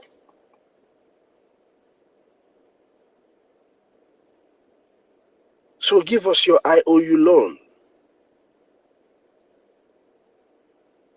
We can do this thing. The honest truth is that Biafrans can do it. We don't really need anybody's help in that sense to do it, but we are just not doing what we are supposed to do. So, unu nọ na China, give us your IOU loan. You that did try to study nursing back home, ka ịgbapụta obodo oyibo, ịnọzi obodo oyibo, either UK or America, arụzi ọrụ, chenu maka ụmụ nwanne gị chọrọ ịgụ nursing na back home. Can they actually get that same system back home? Think about it and give us your IOU loan. We will build a better, a strong Biafra, a big nation for you that you're going to be very proud of what you have done. Call it your investment, because you're going to get 200% of whatever you give the Biafra Republic government. Call it a life savings. But give us your IOU loan. Because no, echefukwa now. No dogu without the homeland. I don't know where you are. Ninazo dogu now. Omego menka nkozo without a homeland. You're nobody. The earlier we gather and do this together, the better for each and every one of us. Kaira pui hempako, akwefo mpako, kaitufu mpako, oge nyanyi, oge buayaka. You know, if you're a content creator, give us an IOU loan. Because Kitamkuru Ifa, this guy, I just remembered them. Obunibo, a content creator, I know you guys have a lot of money. Give us your IOU loan. Loan. Nobody's ever going to know Minyai loan. Give us your IOU loan. We're telling everybody this now because in the future, your children's children are going to ask you, what did you do? Makabu Makabiafra. we're going to get Biafra. We're already in it. We're not going to be able to back out anymore. So time is going to come when your grandchildren are going to ask you, what did you do? We, the government, will answer them, because when they come to receive systems, your name is going to appear on some. You people don't know the kind of land we're going to have. It's going to display that you refuse to be there for your government, for your people when they needed you the most. Please give us your IOU loan. Darling everyone. Thank you, Mazi Sonny. I see you're here. Greetings, my brother, and Happy New Year.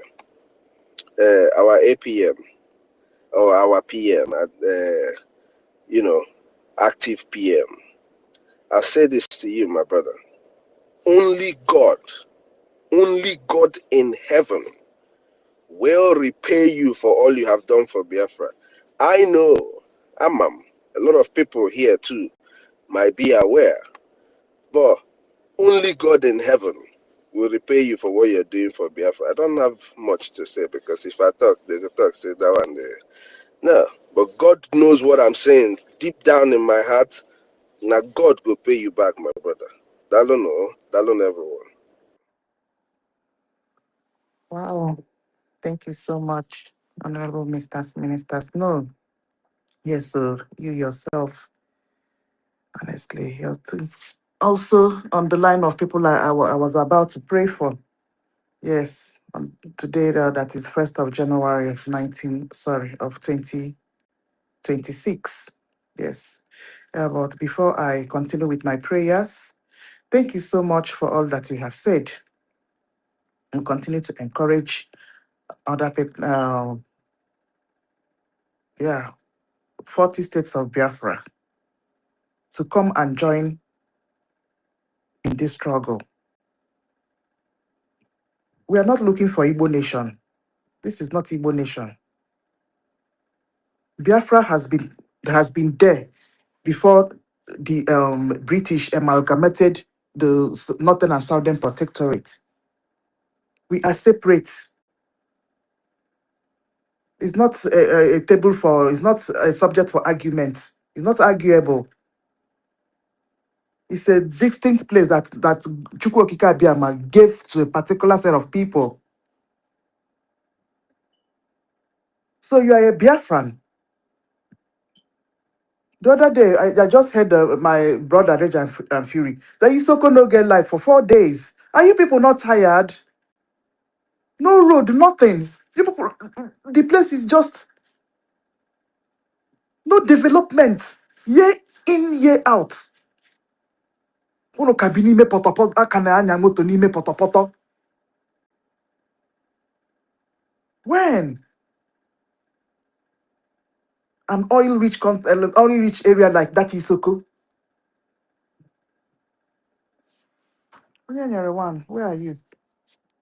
And Yuki, I bet not that so. I not say 4 days so throughout last year. Oh, Not even if throughout last year. So, the year generator no year generator. Throughout last year, not be only 4 days. oh my God. All right. One.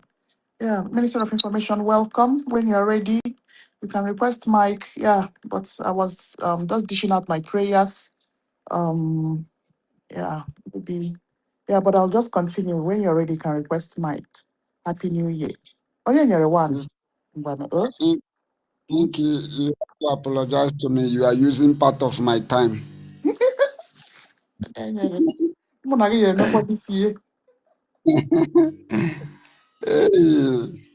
No.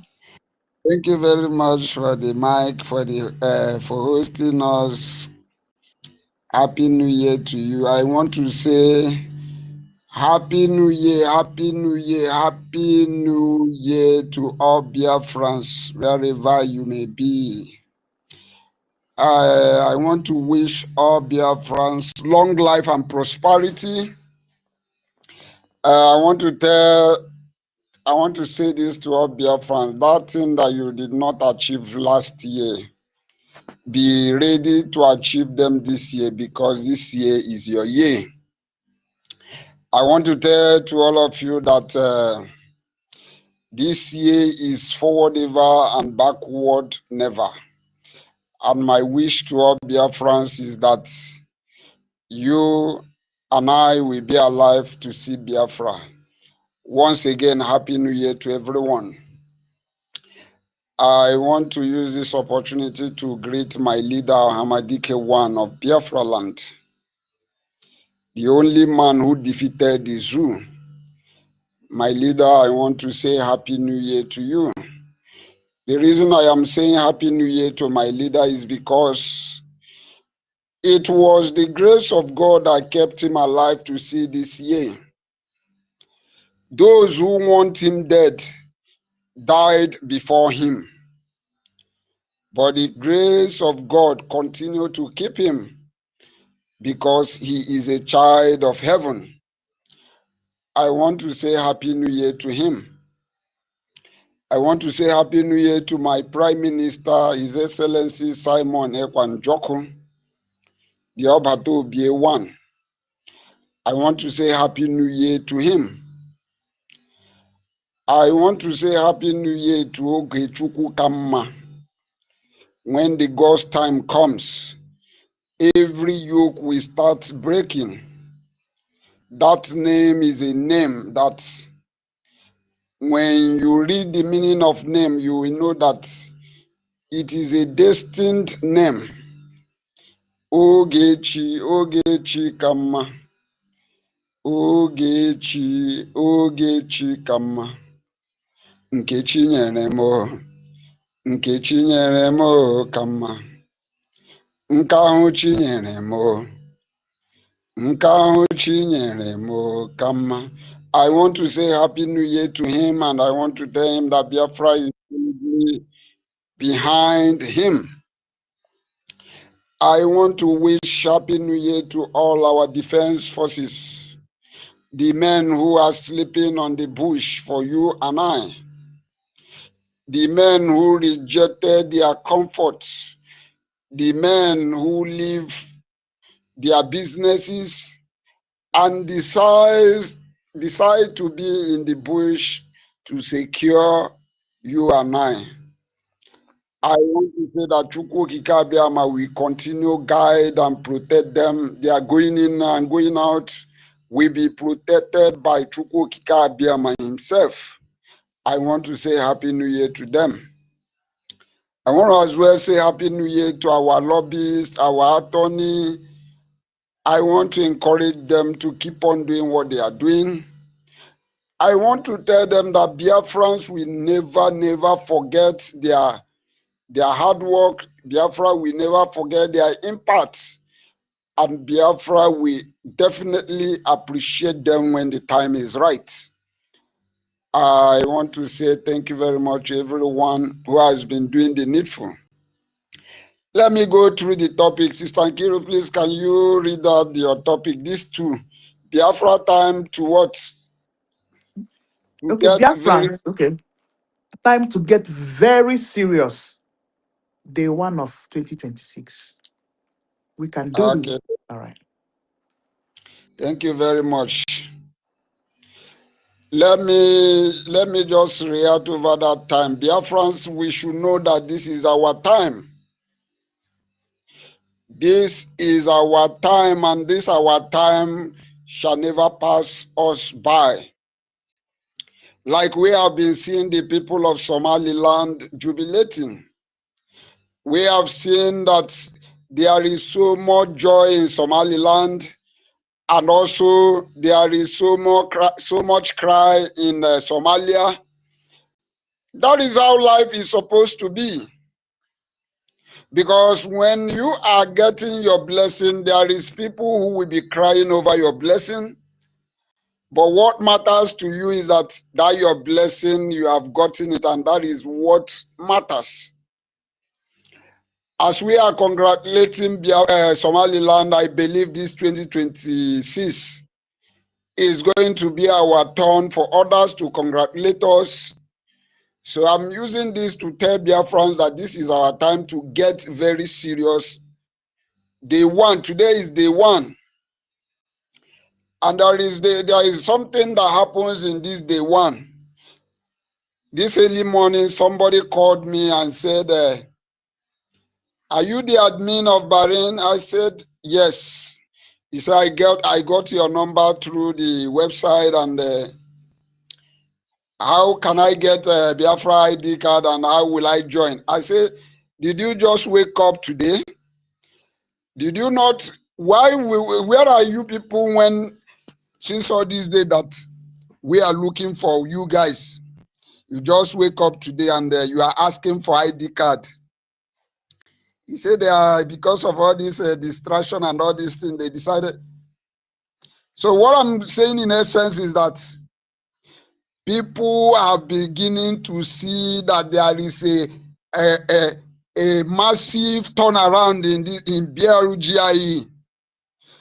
Do not think that people are not seeing the achievement of BRGIE. People are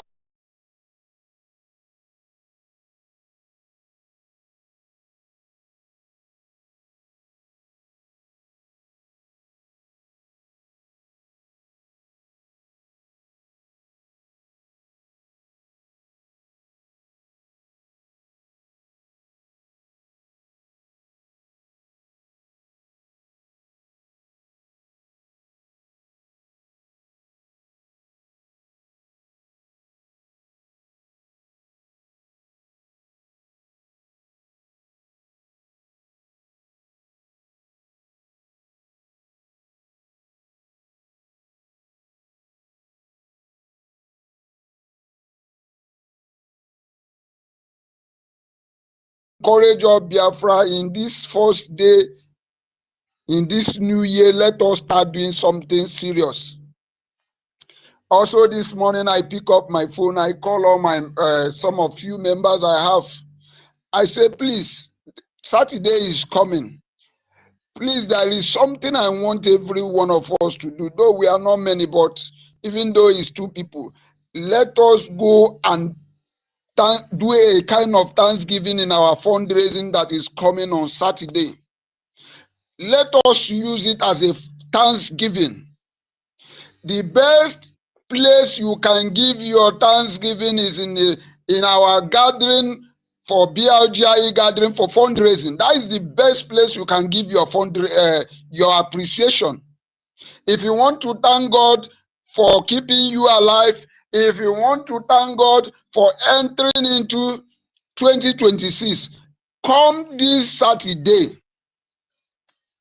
This Saturday is supposed to be titled Thanksgiving Day.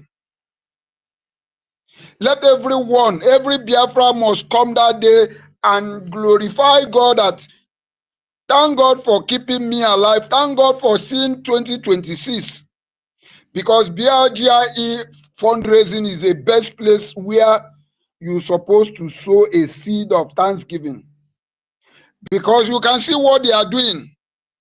What they are doing is to secure human and to protect life and property. Had it been these churches are protecting life and doing needful, if you give your thanksgiving there, if you give your offering there, it will be counted. But they are not doing anything. It is in BRGIE that our land is being defended. Our recognition is being pursuing. Our freedom is being eminent. So I want to use this opportunity to encourage everyone that coming this Saturday, let's make it a Thanksgiving Day where we will come and appreciate Chukwokika Biama for making it possible for we to see the year 2026, for making it possible for you not to be among those that passed away. Because it is not by your power, it is not by your righteousness, it is by the grace of God that you are alive today. Therefore, you need to appreciate Chukwokika Abiyama. I want to thank everybody for gathering here, and I want to say that this year, our recognition must come this year. Every occupier in our land, this year we will give them run. They must leave our land this year. This year it will never be like other year. So I encourage all Biafrans that all hands needs to be on desk so that we can get it done. Thank you very much, Sister Inky, for giving me the mic. I have to yield it. Thank you. If I have any other thing, I will come up and say. Thank you very much. All right. Thank you, my dear brother, one. Yes, so today is the first, and then we thank all our Biafran people, yes, for their dedication to this struggle, yes, for the support to this government, yes, and for joining us in the space each time we open spaces. Exactly, because without you people, we don't have anybody to speak to. So we thank our Biafrans. And then after the space, you people also move into our fundraising, and we are most grateful, you see. All right. I will cook, and then when you're ready, you can raise your hand. If not, I'll just go ahead. I'll give a Mazin the number, and then I was dishing out prayers. All right, all right, all right. Information Minister, our beloved one, go ahead, please. Thank you very much, Madam K, because time may not allow me later or network, because I was in before and then I tried to pick up, but the network kicked out and some other things that came up. I salute everyone, the host, my honorable COS, the entire ministers in the house, our leaders that have lived before us, and our leaders that are in prison, our BDF, our Biafran mothers, women and children in the homeland, who are bearing the brunt of one Nigeria terrorist caliphate for decades now.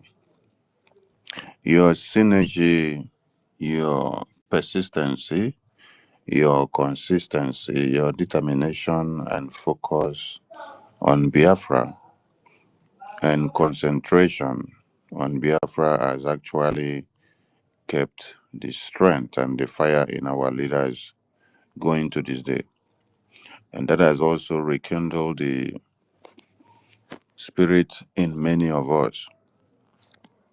And as we sleep and wake up on daily basis, we have every reason to say thank you to the volunteer armies of Biafra. Yesterday was the 31st. Today is 1st. And on the eve of the 31st, over 65 people were slaughtered in Benue State. Who slaughtered them? Terrorists. Islamic jihadist terrorists. May I ask, which part of Biafra land did you hear that over 65 people were slaughtered on the eve of December? It is not by power, neither is it by might, but it is by your input that determines what happens to you, which will now be called the output. Before Nigerian government declared all Biafrans, sorry, before Nigerian government declared all Biafrans terrorists, they said we are international terrorists. They know why. Because we oppose the ideology of the conquest. We oppose the massacre of babies, women, and children in the contraption called Nigeria. So your support counts.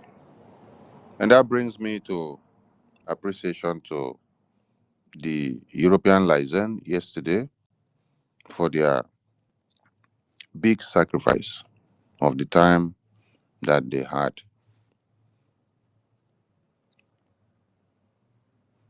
You guys have done well, and we appreciate. If you did not tune into the program, if you did not come and give your own support, financially, please head down to the website. Because for there to have been no genocide of our babies, women, and children on the eve of New Year, something had happened. And that thing that had happened is the Biafra Defense Forces. If there is no volunteer army in Biafra land, all these strikes by the terrorists that you see, they will all be happening in Biafra land. That is why we remain very grateful to our eternal leader and the former president of Biafra, and Owazirike, and NNAMDI KANU, and our prime minister, and our active prime minister, and our defense forces, and all the heroes. All the heroes. When I call the leaders of times, you hear their names as leaders. But there are heroes that sacrifice their lives under their watch to make things happen. Ask yourself a question. When severed heads of babies, women, and children were served as a gift in a train all the way from northern part of Nigeria and sent down to Enugu as a gift present to our General Ojukwu and Philip Effiong. When heads of babies, women, and children and men that were cut off like onions, sliced, and then they filled those heads inside a train and sent it down the east as a gift present. When they saw that, what are you supposed to have done?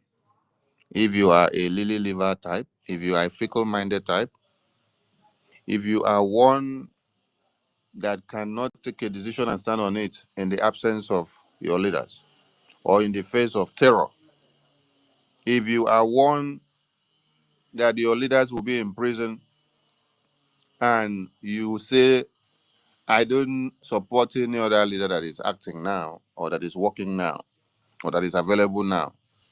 The only leader I trust are the ones in prison. You keep singing that they are your leaders, but they are in prison. But you cannot do anything to move their legacies and the sacrifices that they have laid on the ground forward. But yet you sing too much. Oh, these are my leaders. These are the people that are my leaders. I don't respect any other person that is here now. Can those your leaders that you so claim, can their leadership gestures be exemplified from inside prison? Can they be showcasing their work inside prison? You come, you shout, they are your leaders, they are your leaders. But they are in the prison. You that claim that they are your leaders, these your leaders have laid template and foundation, have sacrificed and done their own. And the price for us to pay for freedom is that any of them may go down at any time. And when it happens, the next man standing is to pick up. That is why all the leaders that we have, and as freedom fighters, you should not be afraid of death. You should not be afraid of prison. How many soldiers have fallen in the battlefield?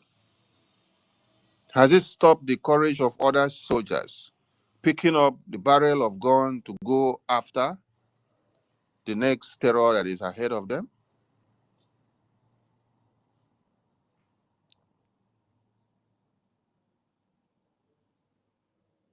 If the march was supposed to end when one leader is imprisoned or killed, then there wouldn't have been freedom. Go and check the history of America. How many of their leaders stood the test of time? How many were taken down before they finally got their freedom? Go and also check Finland. How many of their leaders were taken down before they finally get to the independence? Today, you all celebrate Somaliland. Go and check Somaliland. Ask how many of their leaders were taken down before they finally got to where they are today.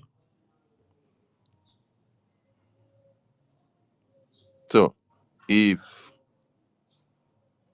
tomorrow I am detained or imprisoned, and then you go and sit down and fold your arms, you say, "Oh, you don't have to move forward." It means you are worse than a slave. Because a slave already knows that he or she is a slave and knows that the only thing that is our life serves is slavery, perpetual bondage. From generations to generations, he or she doesn't have a dream. He doesn't have hope of getting out of that place. So if a slave that knows that he or she doesn't have hope for eternity can still one day stand up to oppose the slave master, how about you that was not a slave? And then you had leaders, starting from Mujuku, Philip Effiong. Did they, did they tell you how many of the gallant men and women of the Biafra army fell in the battlefield during Ojukwu and Philip Effiong's time? Did that stop the ideology of Biafra till today? Now learn from Owazirike. When Owazirike rekindled the fire of Biafra, he was not downtrodden by how many of Biafran babies, women, and children or soldiers were slaughtered during the war genocide of 67 to 70s. But what came into him was courage, courage, fire, courage, fire, courage, fire. Did people die during Wazirike's time under his watch? Yes, many. Was it not when they were able to buy and kill many of his gallant men on ground that they finally brought the last one to him inside prison, which his hands were tied? But did that stop Biafra? It did not stop Biafra because God brought NNAMDI KANU. So when you think that one end has been curtailed, there will be a new beginning. When NNAMDI KANU started till this day, how many Biafrans have been killed on the street protesting? How many have been killed in their houses?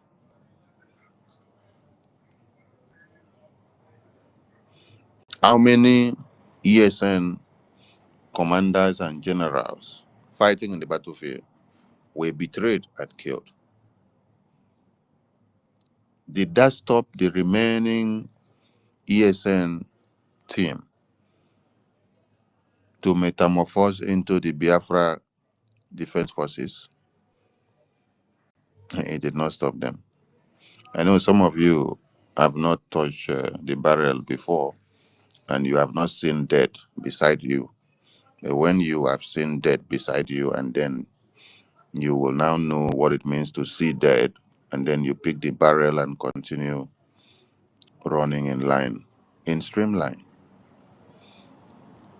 So, heroes fought this line from Mojuku down to the Biafra Defense Forces we have today. And they are still fighting. They are not backing down. So please, if you have not been supporting the Biafra Defense, it's high time you start. Because the reason why you slept and you did not see a bloody December, you did not see a bloody New Year in Biafra land is because of the existence of Biafra Defense. What they started doing since 2023, no, what they started doing since 2020 as ESN is what cleared the road and sent a strong warning to Nigeria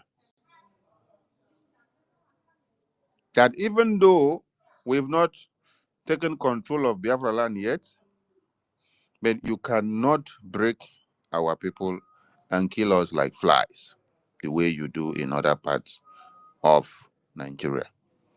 That is why we remain very grateful to our great prophet, NNAMDI KANU.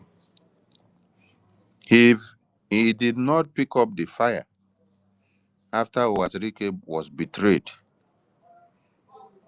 if NNAMDI KANU did not pick up the fire, continue telling everybody the prophecies of Chukwokike, the minds and the brains of people will have still been blocked.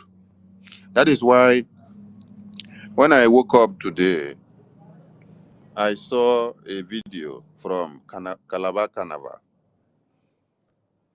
and it got me very positive because this is the kind of education messages that we had expected from Nollywood.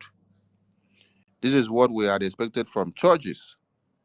This is what we had expected from schools. This is what we had expected from communities and theaters.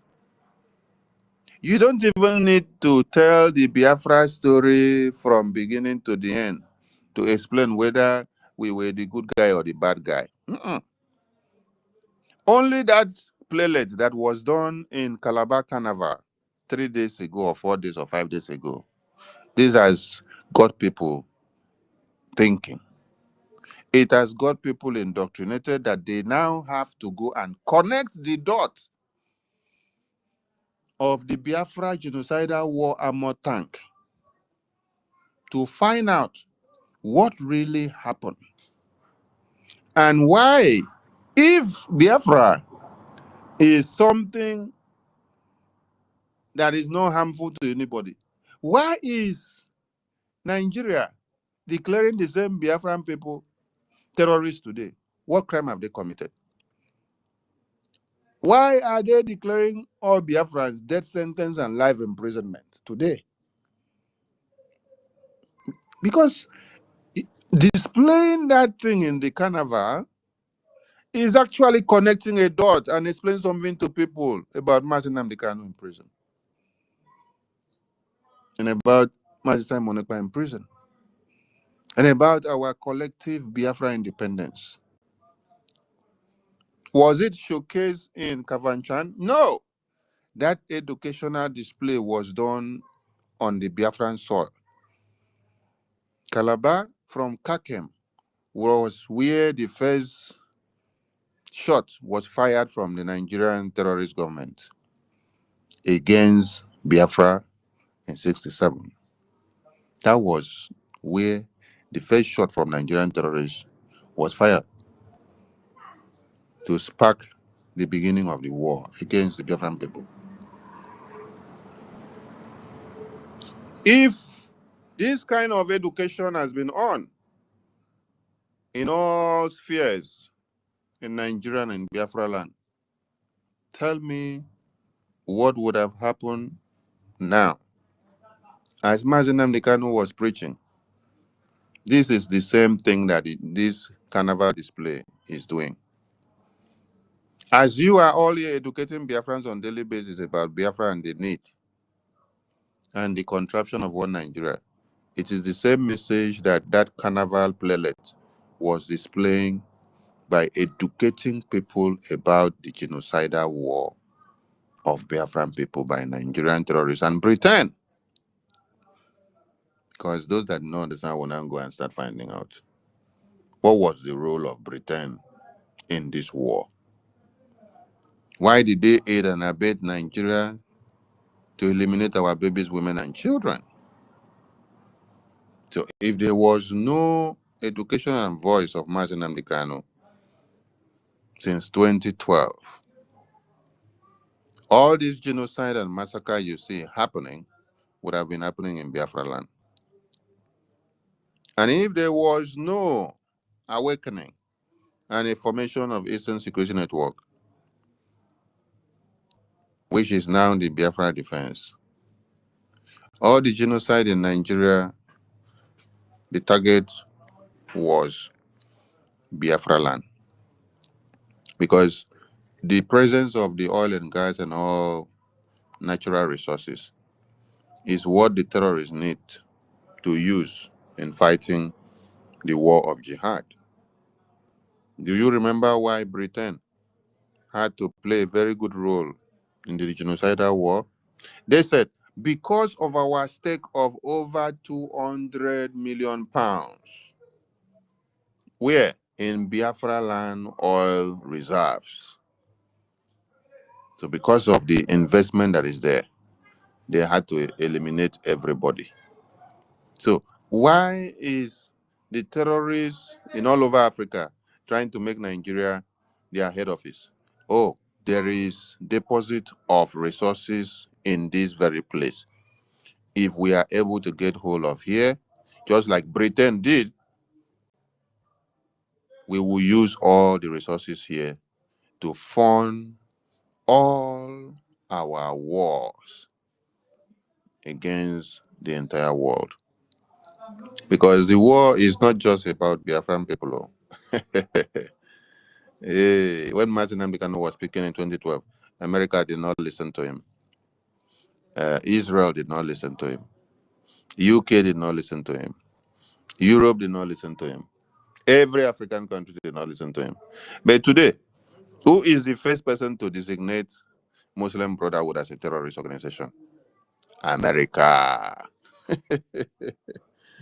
At times I laugh and I say, God, thank you that this thing is starting from America. So it will be eye-opener because designating them there now and looking for them and all their affiliates and stopping the rest of them from getting the power to transact and to do more business with them and to share intels is a very good lead. So seeing it happening from there is a positive tone. So, dear friends, please, if you have not been supporting the Biafra defense, you've not been supporting BRGIE, ask yourself, what good are you?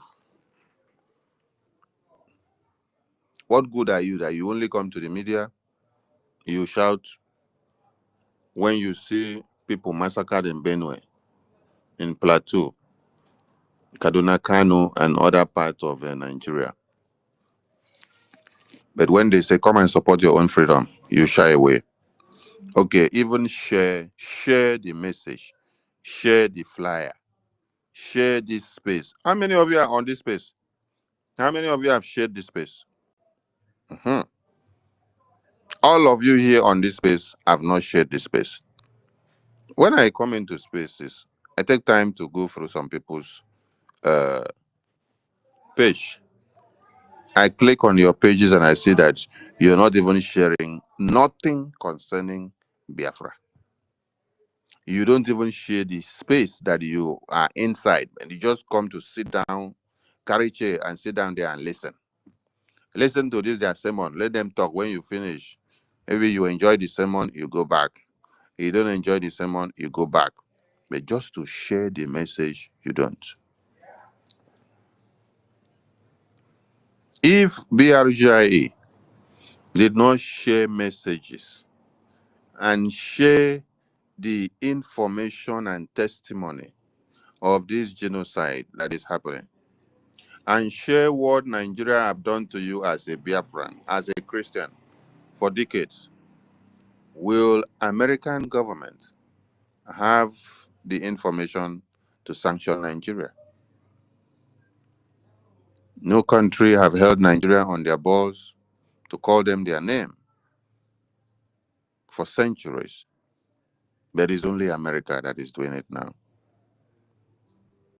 America did not just do it sitting there. America did it based on the bold step of BRGIE. 2026 is here.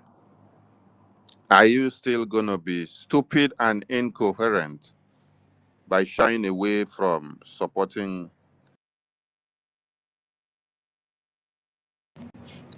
Are you going to be stupid and incoherent by shying away from supporting your Biafra? It's a simple question. Just like you have done since NNAMDI Kanu was kidnapped. You said NNAMDI Kanu is only your leader. You don't believe in Mazi Simon Ekpa. You sat on the fence. You sat on the fence. The terrorists came. The terrorists came. They maim. They slaughter. They did everything. What did you do? Nothing. Now,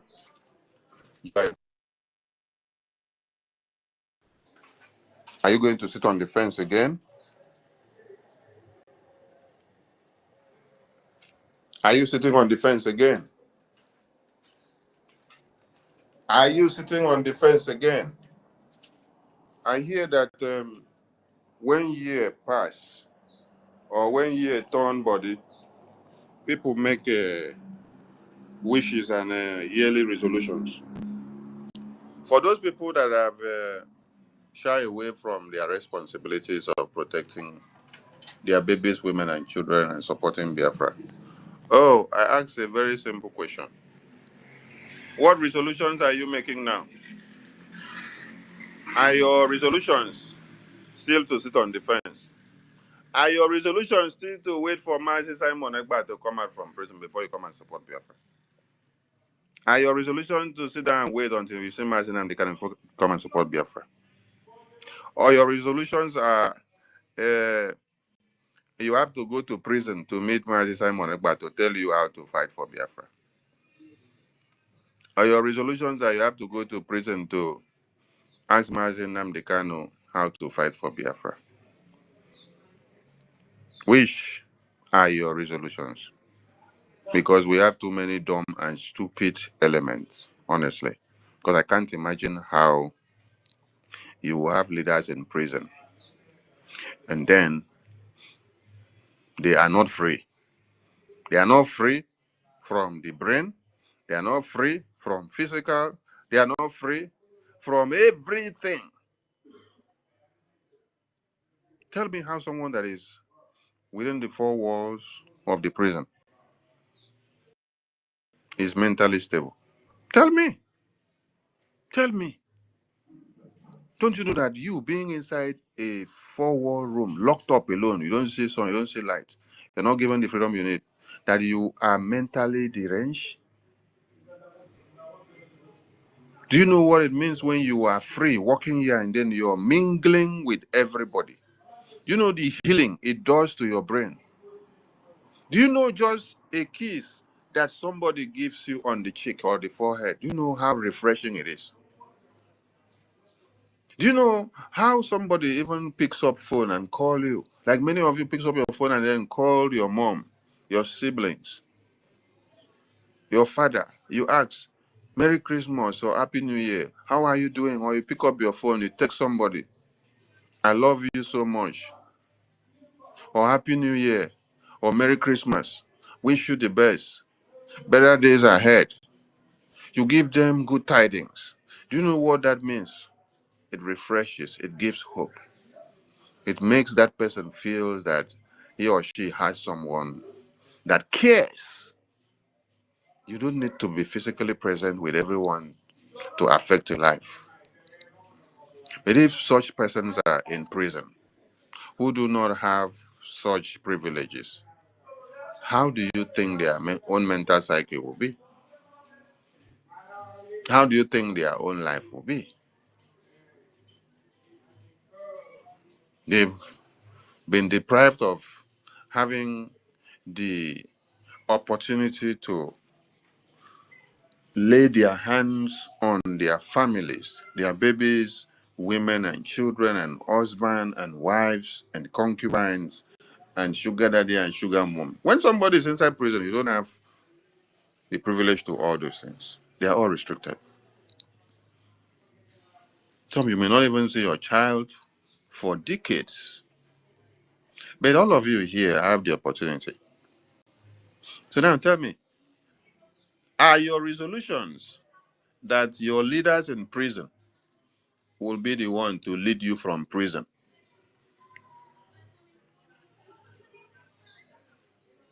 while you that is walking out here will be taking orders, going to prison to take orders from your leaders on what to do and what not to do and how to go? Is your brain so dead that you claim to be a free man walking, but you cannot reason, cannot add up to know what to do when your leaders are chained down? Are you supposed to be the one going to look for advice from your leaders in prison? Or your leaders in prison are supposed to look up to you to see your capability of what you will do so that you can get them out? So at this point, who will be getting who out? Oh, invariably, the leaders that are in prison will now be getting you people also dragged into prison, Abby, because as you are outside, your brains are not working well. So it's better they drag you to come inside prison and come and stay with them, so that your brain will not start working inside prison. Since you now believe that it is leaders that are inside prison that have the opportunity to now give you instruction and lead you from inside prison. And maybe Kai will be leading them inside prison like they claim that he's leading them in a Sokoto, that he has turned that place to a tourist center. Mumu people everywhere. So, what are the resolutions you have in 2026 for Biafra? Because we we have our ears and nose everywhere, and we understand what is happening to some of you. And that reminds us, when NNAMDI KANU was kidnapped, DOA said they cannot come and support autopilot under Mazi Simon Ekpa. They say he's a criminal. He's the one that collected money with Sonny and their group to sell Mazi Nnamdi Kanu out.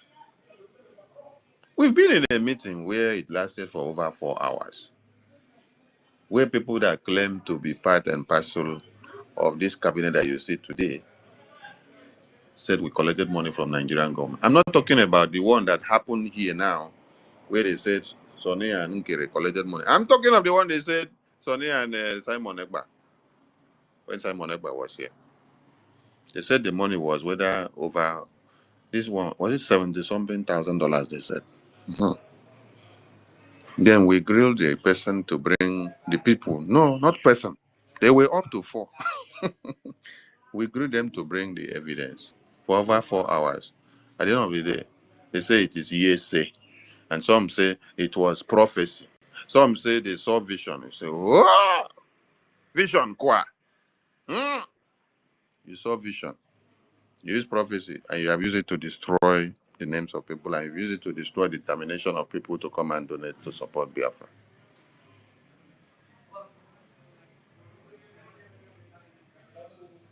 So, 2026, many of you will now go back to sit on the fence.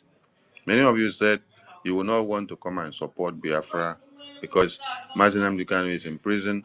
You say your priority is to release Mazi Nnamdi Kanu. So you all focus on that madness. That my priority is to release Mazi Nnamdi Kanu. And you've been seated Stucking your hands in between your legs for the past 5 years. Mazi Nnamdi Kanu release, you have not released. Then move forward, you have not moved forward. No difference, nothing to show for the past 5 years. So if all Biafrans were to follow people like you, what would have been the fate of Biafrans today? Today that Boko Haram terrorists are ravaging and killing people everywhere, what would have been the fate of Biafrans today? So we would have all been slaughtered like this because of your idiosyncrasy.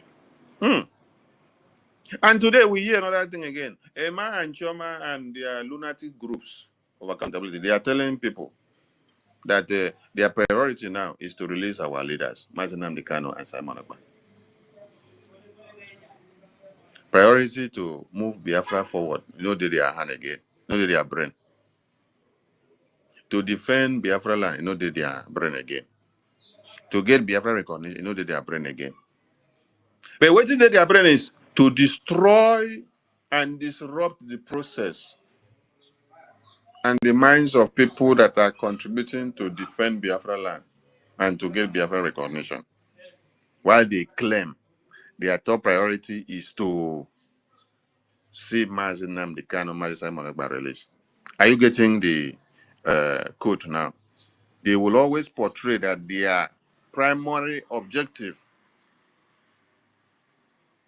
that their most pressing need on their scale of preference is the release of our leaders in prison. Yet, they now design a factor of destroying the minds of people on making donations to support the going forward of the Biafran cause and the defense of Biafra land. You see why many people have not had the courage to join to support Biafra for many years now? Because some people had turned it to career. Yes, they come. They want to be making names for the next 10 years. And you'll be calling yourself Biafra ambassador when you have not gotten recognition, you have not controlled or liberated or hosted any Biafran flag in the liberated or conquered territory that you get back from Nigerian terrorists in the homeland. No. But you'll be calling yourself ambassadors. You'll be calling yourself different names. Useless people everywhere.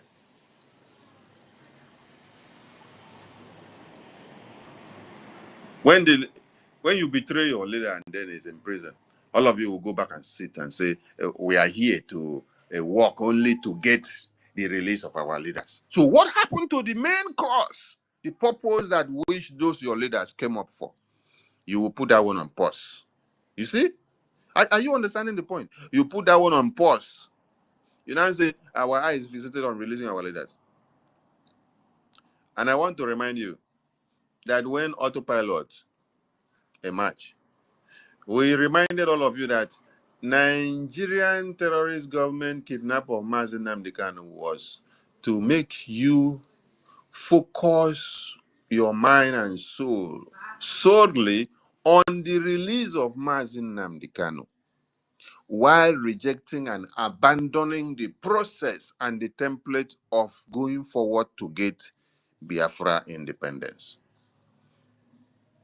Because they know you are emotionally attached. You love our leaders so much. So you will say, oh, we need to go and get our leaders. Our leaders are our top priority. So you will abandon every other thing. You abandon the defense, you abandon the recognition, you now stay focused. Every day you'll be talking about only your leaders. Only your leader. Only your leader. Then what is the way forward? No, our top priority is to see that our leaders are out. So what is the way forward? No, until when you see your leader. Okay, if you don't see your leader in the next 10 years, what happens? You are stuck, right? If you don't see your leader in the next 15 years, you're stuck, right? By that time, all the Biafran people that used to observe sit at home and civil disobedience, they will see that you are not serious, and then they will all go back to is either we die or we perish in Nigerian contraption. Today, Emma nonsense and Oforma and Choma and the rest of their useless groups. That is the message that they're sending to all of you. The message is that their priority now is to release our leaders. Eh? I am reminding all of you that when you say your priority is focus only on your leaders to be released, you forget about the defense. You forget about the uh, recognition. You forget about setting new strategies and having a new leader that should be leading you forward so that you can, while your other leaders are in prison, for the life and the fire of Biafra, for the cause, for the main reason which people came not to die off, you must have a new leader that is active here to lead, to carry the mantle and be going. While you will now work on everything in a unified manner. You don't put one and say this one is the most priority. Then you forget the other ones. No, put all of them in parallel lines.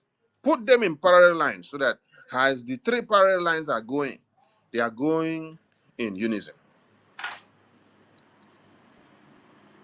So if you're from that school of thought that in 2026, your top priority is only to get your leaders out from prison, it means Nigeria have conquered your brain, because the sole aim of them, kidnapping NNAMDI KANU, imprisoning Simon Ekpa, is to see that you all abandon the defense.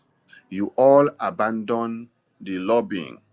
You all abandon the recognition. You all abandon the political, diplomatic, and international game on Biafra out there. They want you to abandon the process so that every process will be weakened. There will be no more civil disobedience. There will be no more light. There will be no more fire. There will be no more spirit agitated. Nothing will be happening again. So you will. That is why they now pronounce Mazi Nnamdi Kanu death sentence and life imprisonment, to see your resolve. Yes, to see your resolve. Because when they now pronounce them to prison, so now your resolve will now be, oh, I'm afraid. I don't want to die. I don't want to go to prison. So let us just be doing a jerry so that we see whether we can get our leaders back. Hey! Let us just be touching the button, slow and steady, so that we don't injure. Oh, so that we can get our leaders out peacefully. Let us go and negotiate with the politicians. Oh, let us bow down to them, so that we can get our leaders out without wounding anybody. By that, they will tell you, come and sign paper for amnesty, you go and sign. They will tell you, come and do this, you go and. They will tell you, come and lie down, you lie. They will tell you, come and, because you have allowed yourself to be engraved in that emotional maniac. It will eat you up. So go forward for Biafra, you will not go. You will only stay stagnant, waiting for your leaders for the next 10 years. Then there will be nothing moving to go forward again. So, Biafrans, remember that if you're going with such ideology in 2026, you are actually working to the bidding of Nigerian government. They did not kidnap or arrest or imprison your leaders for you to continue. They imprison your leaders so that you can stop. They imprison your leaders so that you can get stopped and have a rethink of now saying, oh, our leaders are in prison. We need to get them out first before any other thing. That is why they kidnap them, because they know when they do so, this will shrink the process of the rapid restoration of Biafra. So everybody should wake up.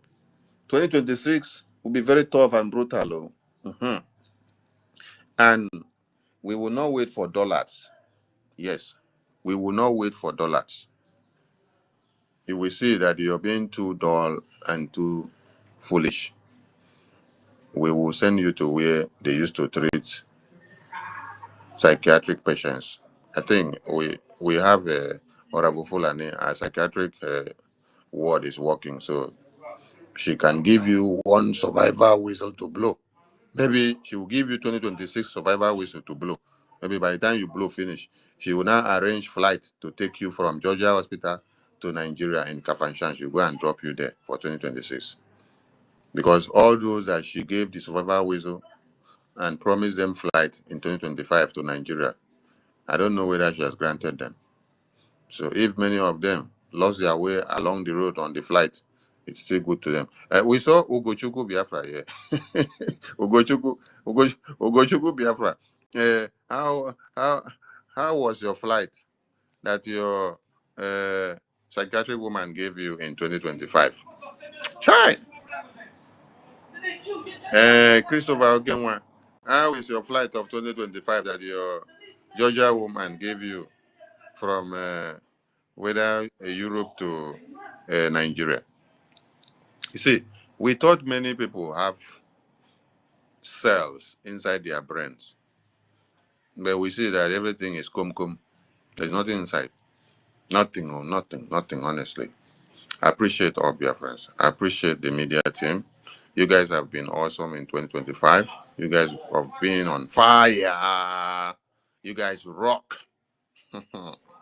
Hey, you guys have done noble in 2025. Yes, the scorecard is there and everybody can see. Yes, unbeatable, unmatched. You guys are super. So 2026 will be greater. Yes, you guys are too much. And I salute you all for that sacrifices. That's selfless sacrifice. With your money, with your time, your family, your energy, your work and resources, your intellect, everything you guys sacrifice. God bless all of you. Yes. I can't be mentioning the areas that you all are working, but you all know yourselves how useful you've been to this very government. God bless all of you and enrich all your pockets. I salute you all. Please, when we think of or when we celebrate Somaliland recognition, we should remember something that just like in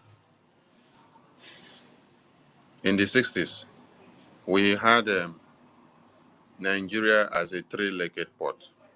We had the north, the south, and we had the eastern region, and then we had the Yoruba people being the west.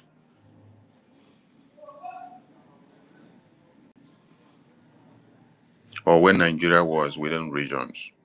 Where I'm going is when we had Ahmadu Bello ruling the north, we now had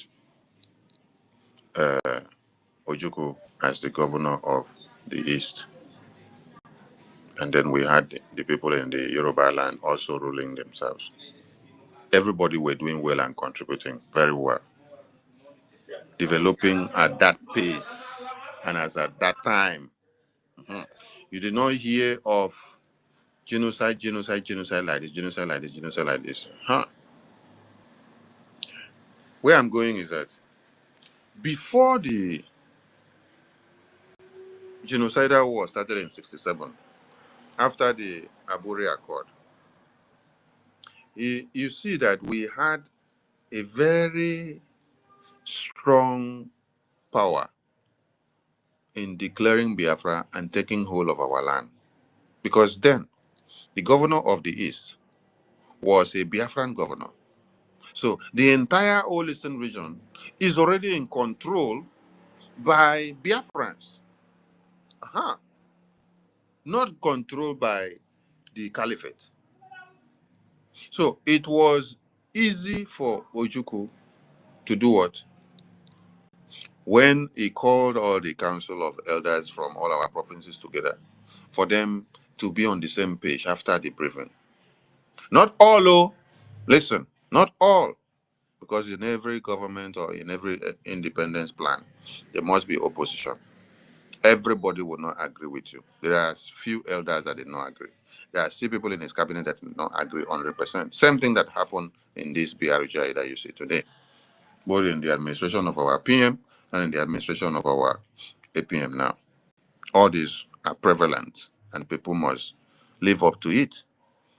It is not rocket science. It is reality. Everybody must not agree with you inside your cabinet. Yes. So when the declaration was done, you saw that everybody in the Old Eastern region should have the idea that they are at war. and they have a common enemy and a common threat, which is coming from where? Nigeria Central Region. So everybody in the whole Eastern region became endangered species. So before we now declare Biafra, why we must survive, why we must fight to defend ourselves, you see that we are the one in charge of our land. So anybody that was not part of Biafra, but you were sent by Nigeria to be inside Biafra land to be working, we had to tell you, okay, start going, or we take you as a prisoner. Then we get negotiation before we release you. But they executed thousands of Biafran soldiers and workers in other parts of Nigeria before the few of them had to even escape to come back. They have executed all of them, many of them, because they had planned this thing before now. The point I'm trying to extract here is that we had control. Ojuku, the Biafran people, were already in charge of the whole eastern region before the declaration. And it was opportunity for us to brainstorm and to win the war. But we did not have opportunity of Okengere in Washington, D.C. We did not have the opportunity of Elias at Onedabere in Washington, D.C. to give the voice for everybody to know what is happening. That is why when Britain, Harold Wilson, supplied all the weapons to come and kill all of us, nobody to have brought the message the way it is to the UK, to American government. Have you seen what has happened recently? The American government had to cut off a contract that they were supposed to have with UK. They also had stopped sharing intelligence network and information that has to do with elimination of this Islamic jihadist terrorists. This is happening in 2025. So if there was Elias, there was Okenkere, there was Tony Dabiri for us then, all this would have been exposed and kept on the table of American Congress, and they would have known our good and our bad, and the lapses that we have, and where we need them to come in to help us out, and how they could have placed sanctions on a UK so that another country, so that they don't supply weapons to Nigeria to kill us. So that everybody would have sat as a neutral being to watch who fights and win, or who is right in getting the independence of separate states, or how will they now come in to bring them on the table to see if they can have a discourse. But there was no Okenkere, there was no Elias, there was no Dabiri for us to do that work. So we fought, and then Britain brought and then massacred us with food blockade. You know, we were winning the war until when they saw that we were winning, they now had to call Britain to bring so much of their weapons to come and bomb. We read it the other time, we'll continue to be reading once in a while. My point is that we were in control. Ojukwu was in control of the East as a Biafran Easterner. So when you are now talking about Somaliland, it is the same thing that happened when war broke out in Somaliland, in Somalia. The people of Somaliland from their region, just like the eastern region of Nigeria, unanimously decided to come together to take a defense, to declare their own land and protect it, and then stand for their self-determination. But there was little of sabotage to have sustained them from that far to come down here. While we had greater of sabotage. And there was plenty of their people's support. While we had many people that were now putting the interest of how much company they have in Nigeria, how much business they have in Abuja, how much business they have in Kaduna and Kanu and Lagos. We are putting it on the table against the freedom. But the people of Somaliland, they put that their freedom first. before thinking of those our riches and our businesses.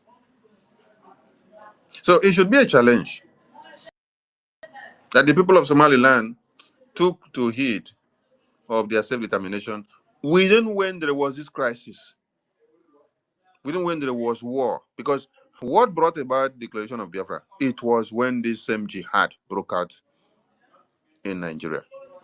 What necessitated the 1966 January 15 coup was this jihad. So everywhere was in turmoil.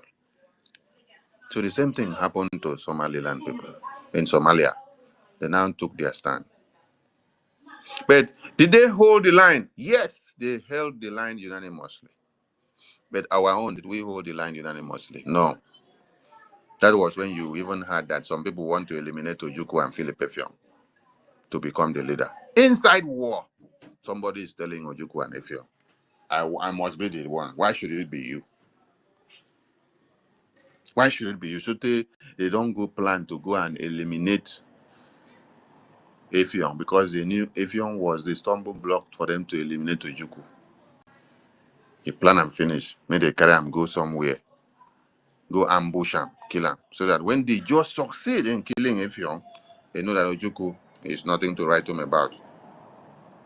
If not that, the damsel, the God blessing, the wife or the woman that was inside the house with Effiong when those two officers came to have that discussion of inviting him, let us go to the cantonment, let us go and check the weapons. When Effiong went inside, that was when they changed the communication to Yoruba. And then that woman now heard it from inside because she happened to understand Yoruba a little. That is how she went to now whisper to Effiong that what these people came to say here is not what they intend. No. Listen to what they just whispered. That they say, you remember the plan? When we go, we are going to take him to this way. When we head there, we will turn to this way. Then we will give signal to the men that are already in ambush in the bush. They will come out and then take him down. As soon as we finish taking him, Ojukwu is gone. Ojukwu is the person that is stopping us from getting Ojukwu. That is how that lady saved Effiong. And Effiong now, when he came out, he changed the plan and told them, no, they can go. He will be coming. Oh, we have already had plan. He said, no, he just got a call from Ojukwu, from the central. They have to go and see Ojukwu now. They will meet up later. That was how he changed the communication and the plan. And then he head down to go and inform Ojukwu. Now, that is not the only betrayal or sabotage that was on ground. There are many. So when we are looking at Somaliland, these are people that after then, they've been on for over 34 years. They've still been on.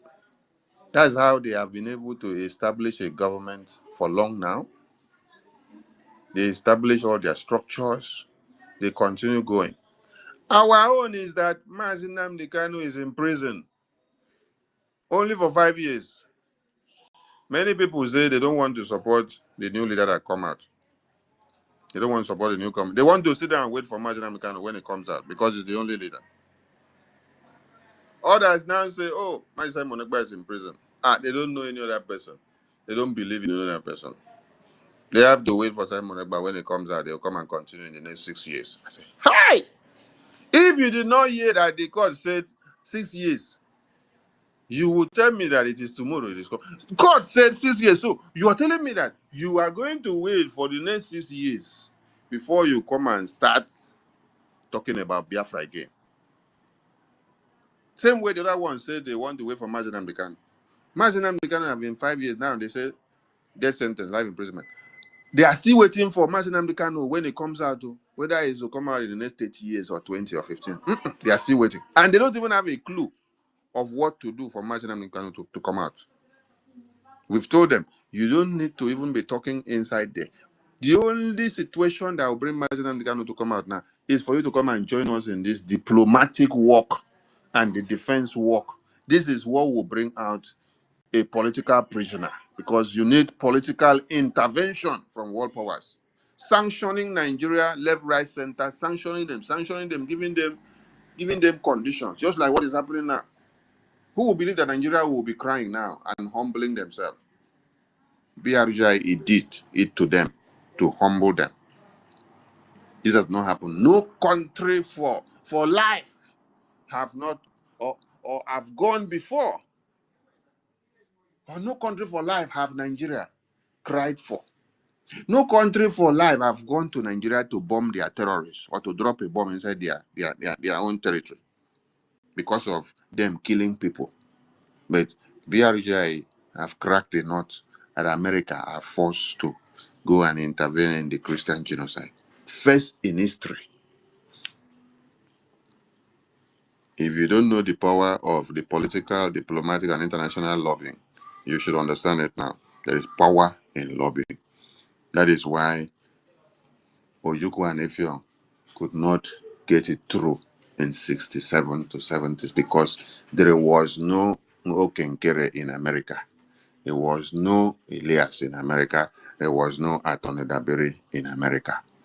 If we had them, we would have gotten Biafra to the table on international community.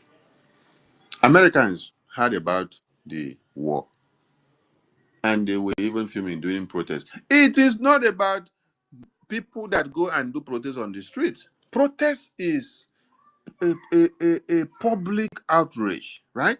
Mhm. But who takes that your case officially on paper to go and meet the real people that needs to look at it? Who takes it? That is where the final work of that your protest is done. When we finish protest on the streets, you have to go in a political way to go and put the paper down. These are the grievances of these people. This is what they say that this is what is happening. This is why we have come. Mhm. That is how it happened. So, even as Bruce Mayrock, is it Bruce Mayor or Mayrock, set himself ablaze, did it cause America to wake up to come and start looking for Biafra or to recognize Biafra? That is the point you need to understand. If you like, go and stand in front of Washington, D.C., set yourself ablaze, carry Biafra flag.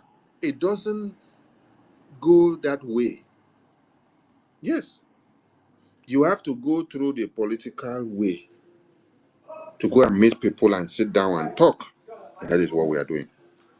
So those that want to wait for our leaders for the next 20 years before they start Biafra again, I know your target and I know your plan. You were not for Biafra. You just want to use that as excuse to quench the ideology of Biafra. Those that want to wait for Mike Simon Ekpa to come out before they move, or saying it is only the release that is the important thing now. I know your ideas and your message that they sent you. You were not for Biafra. You are to use those excuses to quench the independence of Biafra. Because any day Biafra stop doing sit at home and carrying out every civil disobedience in the homeland, any day BDF stop to exist,